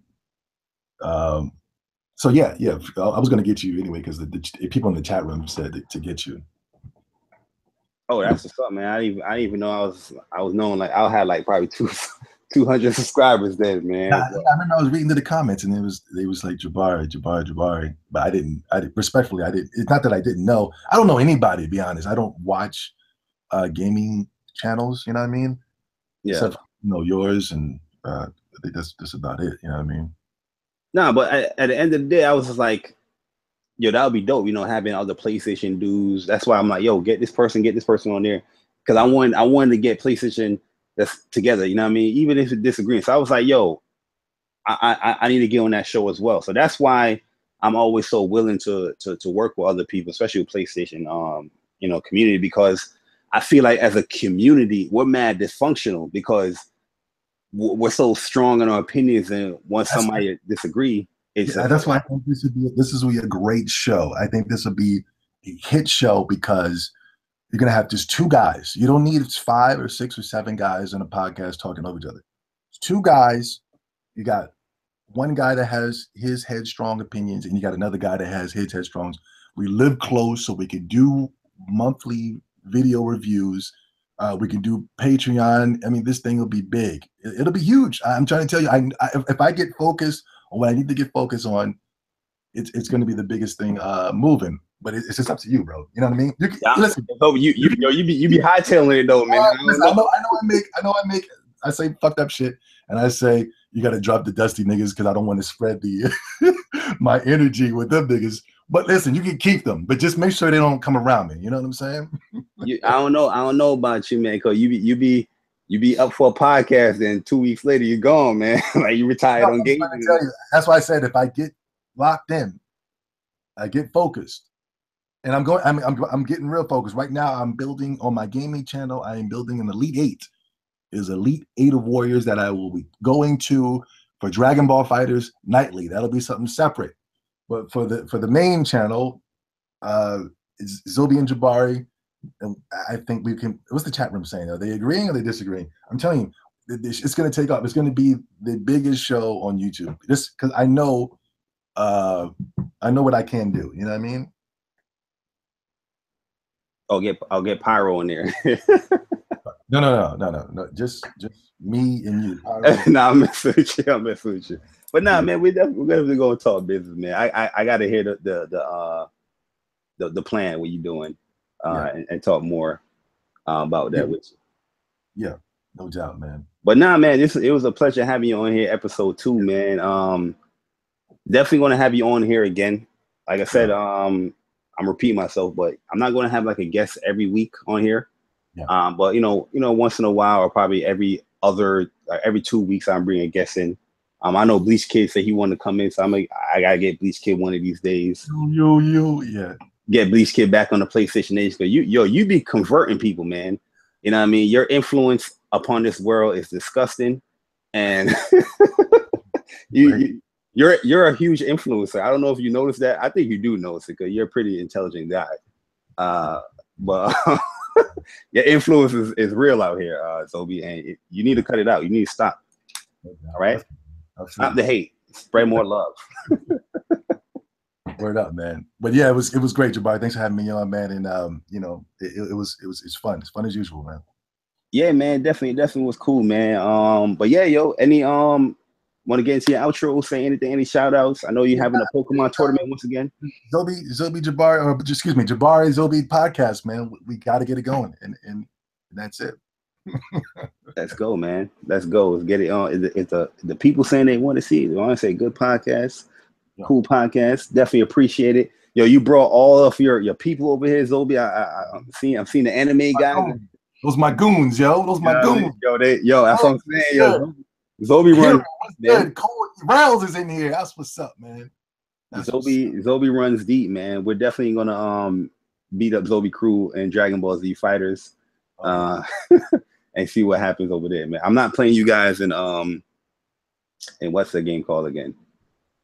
Yeah, y'all beat up my Bateau side, man. I didn't like that. See us on that, man. We do good, man. Yeah, I didn't like that at all, man. Very disrespectful. Oh, J-Stars. There we go, J-Stars.